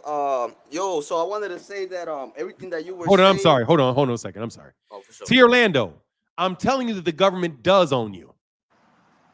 T. Orlando. I am literally telling you the government does own you, but they don't act like they own you. Since they act like they own you, but they don't actually own you, that's breach of contract. That's what I'm getting across to you. Because the systems that they have in place create a system which by which they actually own you, that is a breach of contract. Dog, John, T. Orlando, you've got to get above American jurisprudence. You've got to open your mind and get beyond accepting the tenets of the law in the United States and not look at what those rules are based on. You have to look at what they're based on and work from what they're based on so you understand the spirit of the law, because the spirit gave birth to the law. The law didn't give birth to the spirit. So you have a law that's in violation with the spirit. You have got to change the law by arguing that it violates the spirit. The spirit of the Constitution is that the government serves us. For the people, by the people, of the people. But for the people is right there. Yes, For the people, of the people, by the people. For the people is the number one thing. Yeah. Not for the government. The people own the government. The government doesn't own the people. Anyway, it's a flawed system. Don't get me wrong. It's a very flawed system. And we believe that it's an unflawed system. And many of us don't understand the underlying principles that we assign ourselves to. I'm telling you, all y'all are conservative. Most of y'all are conservative. I don't think there's a liberal in government. Y'all don't act like there's a single solitary liberal in government because they redefined the word liberal and they moved it over to you're not conservative enough to way the hell conservative. That's what you got. You don't have anybody out there talking about, man, we need to, man, please. Anyway, go ahead, Rizzo. I'm listening to you, bro. Yeah, Fernando. So I was gonna say that you know how you're saying that if they could, they wouldn't let people like out the country and all that. And I think like everything that you were saying earlier, I agree with. And I was gonna make the point that so you know how nowadays like I can't hear you, bro. Oh shit, my bad. Can you hear me now? Am I muted? Yeah, no, you're not muted, but like it's just Oh, so it's kinda low. My bad. I'll get the phone a little closer. So I was saying that now, like, what they want to do is they want to make these cities that are walkable and all, and like they want to like. All I want to say is that basically they're trying to implement the form of government of feudalism in the modern world, and like who are the robber barons and all that, and the landowners? Well, they're the big companies like Amazon and Tesla, like all those companies that are going to own, like we're like basically what they want is for us to own nothing and be happy, and you need their permission to be able to move to another city if you want to. So that's where it's taking society. So everything that you're saying, like technically it's saying what I'm trying to say right now at the end. But I Yes, agree sir. with everything you're saying. Like if you look at like the way that the government policies are going, the way that they're setting up the cities and the infrastructure, that's what it's leading to. Like they're and like I said, they're building a feudal Nah, bro. Let system me and tell you what the problem with disguising the it. infrastructure is. They're The disguising it as problem a with democratic system. no, But the in problem with reality, the it's a feudal system. infrastructure. The problem with the infrastructure is this: that they run the government like a business. You will have terrible infrastructure if you run the government like a business because it's never going to be profitable. And it's always going to be profitable to half build it and continue to repair it because there's more money made on the repair than there is on the original construction. You have to remove the concepts of capitalism from the infrastructure in order for infrastructure to be done well. Like one of the main reasons why I don't believe, like if you look at the pyramids in Africa, one of the things that people always talk about is the only way that could have been built was slavery. Because they're like, how could they build something like that? The amount of people that it would have taken and all of that. They had to have slaves that did that. But John Henry Clark pointed out, nah, dude, that's not what that was. What that was is that's what everybody was doing all the time. So since Like everybody had their mind on that particular goal, they were able to achieve things that we can never achieve now because of their worldview, where we can create a lot of stuff that just flat out doesn't work. So When I'm telling you, when you look at a corporation and you have people tell you that a government should be run as a corporation, what you're telling you is that they should be motivated by profit. But profit is always taking more than you give. So they try to make the idea that, oh, you need to balance the budget. But if you're giving out the same amount that you're taking in, you're not doing anything from anybody. The government actually has to operate at a loss in order to give out more than it gives. They don't want the government to give out more than it gives because they treat it like a business. It's not a business. Like the family that we live in, your family is not a business. I have 2 kids and a wife. I make the most money. It's followed by my wife. Then my kids didn't earn any money. Am I supposed to say they don't get to eat? That I feed myself more? That I give myself more of this and more of that? No. Or that if I have to tell my kids, okay, I need to figure out which one of you guys are going to be more profitable than me right now. Am I going to feed my daughter more than I feed my son? No. I have to feed my daughter. I got to feed my son. If I got 30 of them, I got to do the same thing for all of them. Why? Because I'm not a company. If I was a company, I wouldn't have a family because all of that is cost. If I was a business, I would just look out for myself. Family. That's why when we talk to T. Orlando, when T. Orlando talks about marriage is bad business, that's why I tell T. Orlando, marriage is not business. You have business to support your marriage. You don't have marriage to support your business. Or your marriage is going to suffer and your business will do well. But if you have your marriage and then you're like, I'm here for the marriage and the job is to provide me to help with my marriage, then your marriage will do well and your job may suffer every now and then. No, marriage is not a business decision, T. Orlando. That is a terrible way to look at that. T. Orlando, you don't know what business is. Dude, business is a means to an end. It's not an end. Marriage is an end. Business is a means to an end. You have business to help your marriage. You don't have marriage help your business, bro. No, marriage is not a means to the end, bro. You're married. That's it. Once you get married, there's nothing else. Dude, I told you you're conservative to the fucking nth degree. I love you, T. Orlando, dog. I respect your intellect. I really do. You have no idea how deeply, deeply, deeply, deeply conservative you are. You didn't have kids? Of course I had kids. Doesn't matter.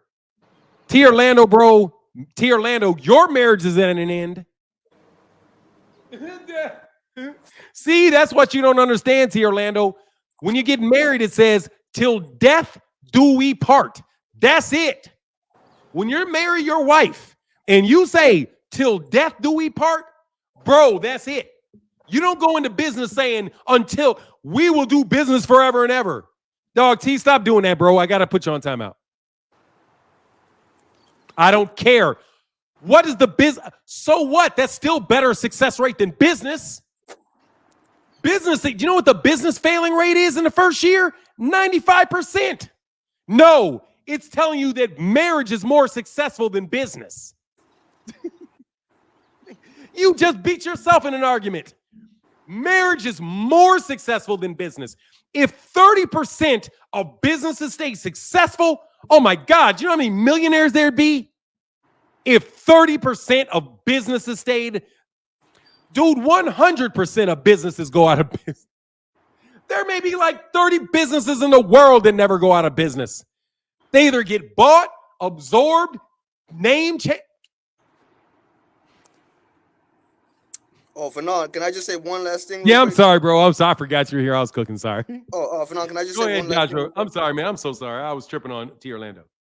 Oh, no, you're good. I just want to say that I think that like I guess capitalism is so ingrained in our society that we tend to see everything as a monetary transaction nowadays. And I think we gotta understand that not everything is a transaction. Some things like you Bro, I'm bring telling you, money man. into For everything. me, I gotta let you go, bro. But listen to me. Listen to me, Mr. Rizzo, just real quick. I am not the type of channel that is like gonna do like the buzzword, like everyday type of politics, all of that stuff. Because most of that stuff we already know isn't going to happen. Like, we already know 99% of what Kamala Harris or Donald Trump says they want to do ain't going to happen. Like, we already know that. The question is, which one of them are going to disappoint us? So that's really this kind of like a rah conversation, because really the whole system's screwed and everybody knows it. So my thing is, I want to analyze it from the actual beginning, the actual root of politics. And I'm telling you, everybody talks about right, left, conservative. Really, you have to have your understanding of the relationship between the person, the state, and God. Do you believe that God owns people, or do you believe that the state is there to control the people and name the will? And if there is no God, then the state becomes the God. And guess who said that? Stalin said that, and Lenin said that. They said we are going to replace this God with the state. That was the beginning of the Soviet Union. The Soviet Union, technically speaking, did not have a religion associated with it, even though everybody in there was Christian. And as soon as it went down, the Christians and the Muslims went right back to what they were doing. But they tried to remove religion from the state, and it didn't work for them. And it's not working for the United States either, because this issue, I'm telling you, 99% of the things that we argue about politics is a religious issue at the core. At the core, it is. But see, again, people, Mr. Rizzo, always think of religion as like you go to a church. That's not what religion is. Religion is a doctrine. It's a set of rules you live by. And if you believe science, like if you believe in the scientific method and you are going to live by the scientific method, and that's what you do every day, and you religiously apply that method, that's your religion, because you're doing it religiously.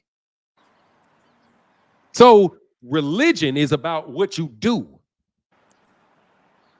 God is about where you come from and what you are in essence. It's two different things. But you can't get to the answer of any of those leaves, all of those things on the outside of a tree, unless you actually know what the seed is. You have to enter the seed. The seed of the growth comes from there. People know what a walnut tree is going to be from the seed. They can show you, what is this going to be? Oh, that's going to be a walnut. Why? Because it's a walnut seed. So if you understand the seed of the on and off of people's belief in why they are on earth, because you got to understand every section of the earth is covered, right? It was created. You have to have an explanation for people to rule them. The Bible says God spoke, and in 7 days he created the heavens and the earth, and then there was Adam and Eve. They give you a story all the way. The state starts with, we hold these truths to be self-evident, that all men were created equal. That is a beginning. The Christian church has a beginning. It's called Jesus spoke, God spoke. The church has a beginning. Religion, science has a beginning. It's the theory of the Big Bang. All of it is the same thing. The question is, we as human beings, the body politic, how do we relate with each other? And under what authority can we make our decisions? Human beings tend to believe that we were the chosen species by God, who is on earth to control everything. All animals, all the air, the water, everything belongs to us because God gave it to us. And he gave it to us as a test because we had fallen from grace and left the Garden of Eden, which is what? The ethereal heaven. And then we descended upon the earth in sin. And since we descended to the earth in sin and we became knowledgeable of the illusion of diversity, we then became confused, and we began to clothe ourselves in language, clothe ourselves in culture, clothe ourselves in race, clothe ourselves in state, and all those things that we search for to help us identify ourselves as being separate from God. And it is our job ultimately to create a union in the state or union in the church that will allow us collectively to ascend back to our Creator. And that's the justification for all law in the world. Because without that justification for the law, then we are no different than any other animal. That's what it is. That's really the nature and the essence of the whole thing. And you have to start from there. You are a crazy conservative, T. Orlando, because you don't believe in the Thank God. you for the knowledge for now. I'm gonna go back into the chat. Yes, sir. Sorry about that, bro. Yeah. Have a good day. No, T. Orlando. That's why I'm saying you're conservative, because you don't believe in the essence of God. You don't believe in the spark of God within someone else. T. Orlando, when you see your ex-wife, do you see God? When you see a white person walking across the street, do you see God? If you don't see God in the human being across from you, you are conservative. You are very conservative with your estimate of the ability of a man. You say conservative and liberal, but nobody can ever get to the answer. What are you conservative and liberal about? He said, when I see the X, I see the devil. So you see the absent of God. So you are conservative. You are conservative because that's your basic belief. And that basic belief is going to go through everything else in the world. Every person that you see and every circumstance that you deal with is going to be based off that. That is why for my child, I told my child, you just have to believe in God, and you have to believe that God is in you as a core to everything else you do. Because when you believe that God is within you, it is a defense mechanism against any attack against you. Because you know that's what Ali said. God's with me. Can't nobody be against me. I'm the greatest. And why did they hate that? They hated that because it's fundamentally against their philosophy that God exists outside of the human body. That you are not a miniature God, that you are descended through sin, and that only through the instructions that we get from the ethereal realm can you be moved into a place of civilization, and you can ultimately ascend.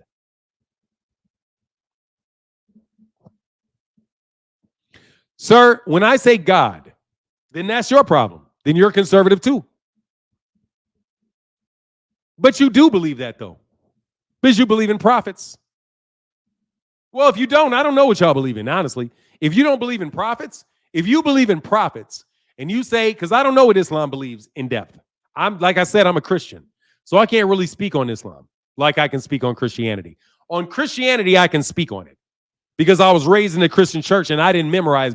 And trust you me, I didn't waste my time memorizing Bible verses. I was trying to figure out what the point was. I got the point over there. They believe that I am born in sin and that I am going to burn in hell forever, my material body, unless I become enlightened.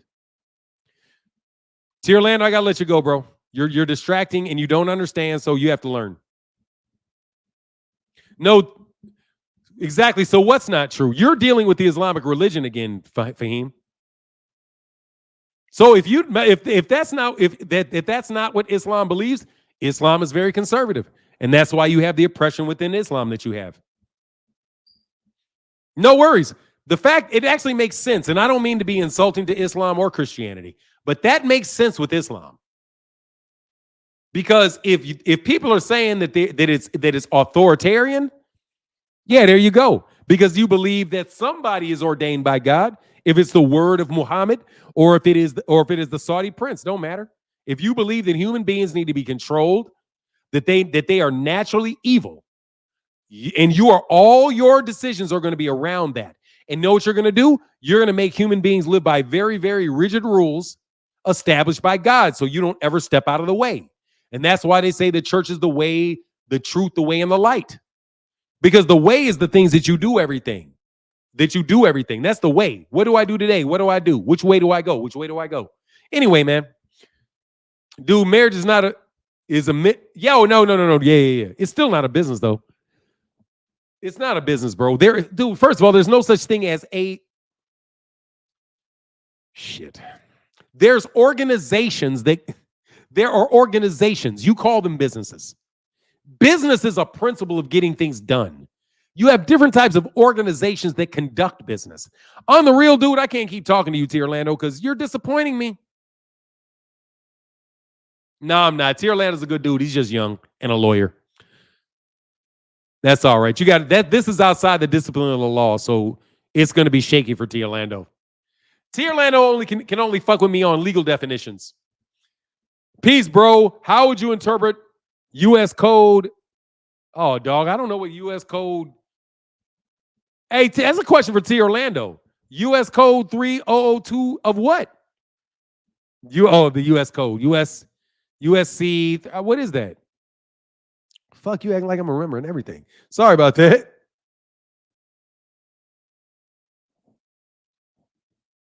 Of the uniform. Is that the uniform commercial code you're talking about? What is this? The U.S. Code? Is that the universal commercial code?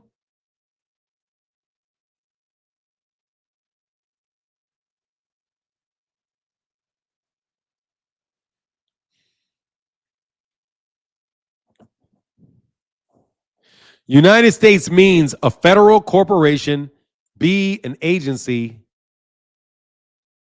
What is it? United States means A, federal corporation, B, an agency, department, commission, board, or other entity of the United States, an instrumentality of United States. Yes, agency. Okay, what he's saying is the code it gives a definition for the United States as a federal corporation and a agency, department, commission, board, or other. Okay, so what they're doing here, Scott, is that's just a definition. And they're saying that, look, when we're saying the United States, we're meaning any entity officially connected to the United States. Some of them are quasi-official, some of them are actually connected. So, like when they say the United States, they're talking about the Department of Health and Human Services, right? If you have a commission and they say the United States, they're talking about the Commission of Aging. If they're talking about the United States, they could be talking about I don't know, what is a semi-federal board? The Federal Exchange Commission, what are the FCC, or whatever it is. What do you call it? What is the Federal Reserve? Like the Federal Reserve is like semi-quasi. That's just saying that there's a lot of different entities that go into the name United States. Again, that is not within the area that I'm talking about. You guys are arguing, if we're talking about contracts, you guys are looking at it from within the contract. When I'm talking about breach of contract, I'm talking about the establishment of the contract. I'm talking about the consideration that was supposed to be given to the people that lived and paid under the contract for 400 years. Black people in 1960, we're saying that they were party to a contract and treated as party to a contract, but they were never paid for their work, and they were murdered as a result by private citizens with the help of the United States. Dude, call slavery what it was and stop talking about it like it's an economic vehicle. That's why I don't like economists. All these damn economists always trying to talk about everything as in economic vehicles, as if we're not going to talk about what they are in a contract sense. Bro, you are literally making people pay for things they didn't get under duress at the penalty of death and the anticipation of death for an entire lifetime. And then they died under your ownership. And that land that they died on is still there. So whoever bought that land and whoever, and I'm telling you, connect it to the land, because the land ain't gone nowhere. You don't connect it to banks because banks move. You don't connect it to money because money moves. The only thing that don't move from the beginning of the United States to right now is the land you're standing on. So you better find a way to connect that shit to the land. And I'm not talking about to the ownership of the land, because they're not going to give it to you or give me a plot of land. No, dude, I want the value of that land over the time, because that is punitive for the person that owned that land, even though they're dead, because we have to punish the dead landowner and everybody connected to it. So we make sure that no other landowner does it again, because we can't let the landowner do it forever because of something called the rule against perpetuity. In the rule against perpetuity, it says that any contingent interest, any contingent interest, in order to be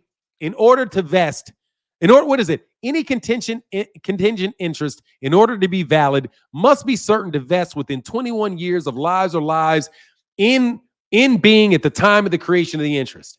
And the reason why that rule against perpetuity is there is so that land is consistently changed from owner to owner to owner, right? That is a legal principle, T. Orlando, in property. the rule against perpetuities. That means that you cannot leave your land to somebody, to something forever and have the ownership in question forever. That contingent interest has to vest within 21 years of the last life of a person alive during the time that they were there. Now, here's the problem. Since there was that interest, I believe you should sue on that interest and basically claim that U.S. law, through that perpetuity, was masking the indebtedness of the original owner. Because the original owner was the U.S. government. And you kept, like a shell game, kept changing the owners between person to person to person. Every 21 years, within 21 years of that person dying, they had to change ownership. And what I'm saying is, no, that is not legal to do that, for you to change that ownership without also transferring the responsibility of the debt onto the person that owned it. So if you bought the land, I want to tie your debt to the land. Because you either got to pay the money or forfeit the land. And since the United States ain't forfeiting the land, you got to forfeit the money. And seeing as you ain't going to under breach of contract, not under reparations. That shit sucks. That's some dime store Negro thinking about that shit and how can we get our money. Seriously, man, if you sit around and use some creativity, instead of repeating what these bozo ass trying to get mad at you about reparations. I need reparations. What the fuck you need that for?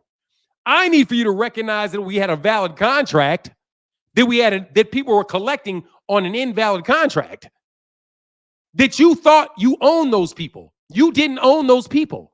That's against human rights. It's against human rights to own a person. So we have to invalidate any claim of ownership of any person. And if you do that, then all of the benefits there's all of the benefits therefore derived go to the people. But guess what? You say, well, they're not alive. Doesn't matter if they're alive or not. If they're alive, doesn't matter. Collect all the money, and then we will decide where that money goes.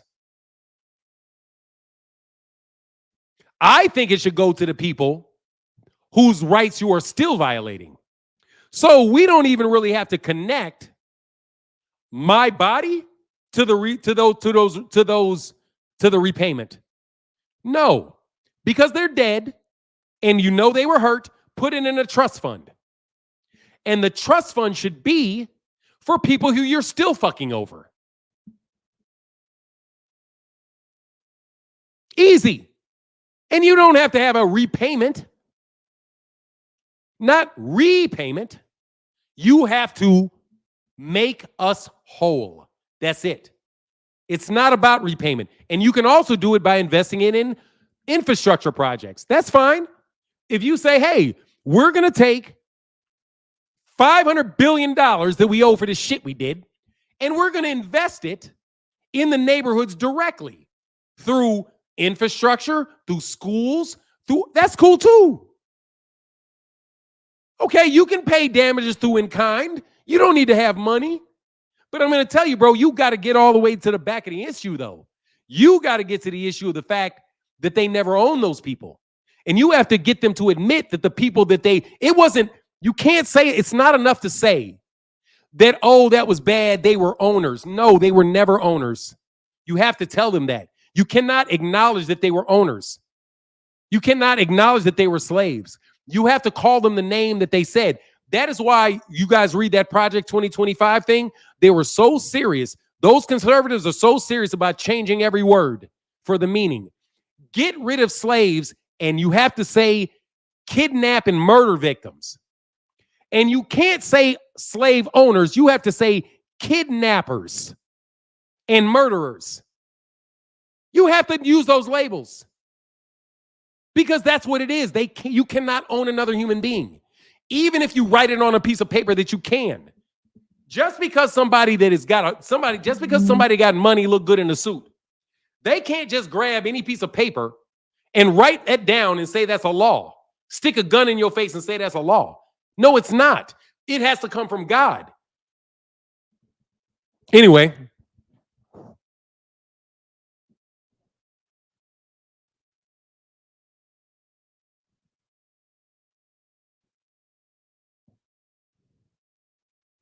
Hey, thank you, 617 Strokes. But anyway, man, I wanted to try to give you guys a little bit better way to think about shit. Really. Because we talk about reparations, we do all that shit. But bro, we ain't really trying to solve the problem in a way that the problem's gonna get solved. Y'all want YouTube, you guys want YouTube views for clicks. I'll get my clips. Click me for telling you some shit you didn't know. Did you learn anything today? Jameson Children said, my dad calls it lost key syndrome. You may feel bad if someone else loses their key, but it doesn't affect your personally unless you lost yours. Exactly. 100% Jameson Children. And Eric P says, learning a lot today. I hope you did, because I wanted to do an MH Black one. I got to keep myself separate from the rest of these dudes. Can I get a 1 in the chat if you appreciated the conversation? Antibody to Orlando Pearson, because T. Orlando, see, it's another debate tactic. I got to take T. Orlando out of his comfort zone. That's how I just beat T. Orlando. I took T. Orlando out of his comfort zone. T. Orlando is not a policy guy. He's not a policy guy. He's not thinking about it in a policy way. I need a lot of ones, man. Please, I need a T. Orlando one for real. Because I want to do this type of content more, but I'm telling you right now, I just don't feel like I bring value. I can't do the gossip shit. Oh, T. Orlando said, I only started listening. Thank you, man. They used to love to say I can do whatever I want to do on my property. Exactly. That's what they say. But you got to tell them, look, if their idea is, look, man, this is the times they were their property. You have to, and they say, oh, slavery existed all over the place. You have to say, no. Kidnapping existed all over the place. Absolutely. Kidnapping, rape, torture, murder. Yeah, that's all over the place. Exploitation, RICO charges, racketeering. Yeah. Dude, all you was doing is racketeering. All that shit that they're talking about with plantations and all of that shit is racketeering. You literally, everything they accuse Puffy of is racketeering, right? So look what Puffy did.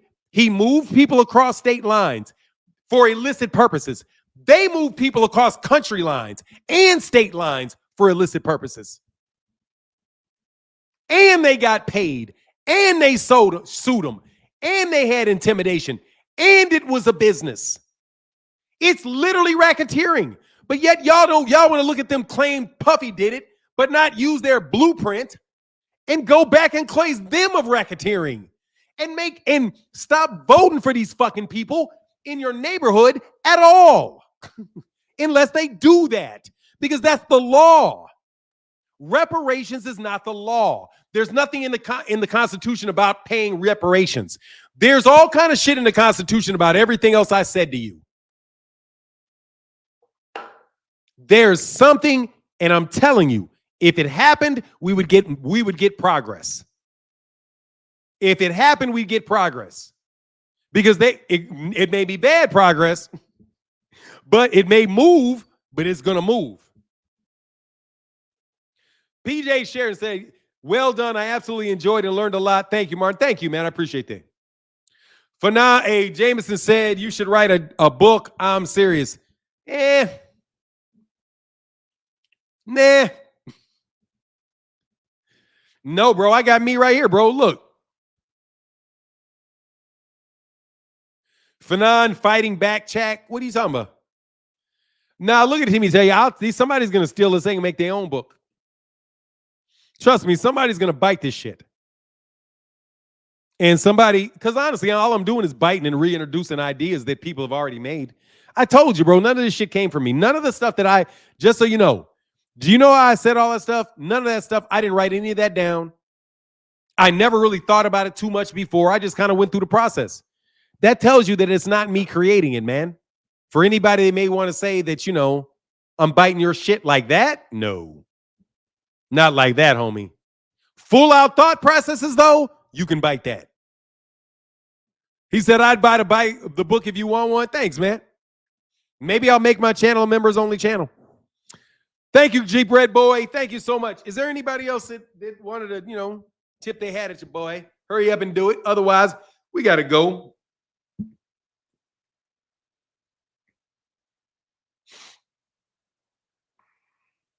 Thank you guys so much for your support too. Listen.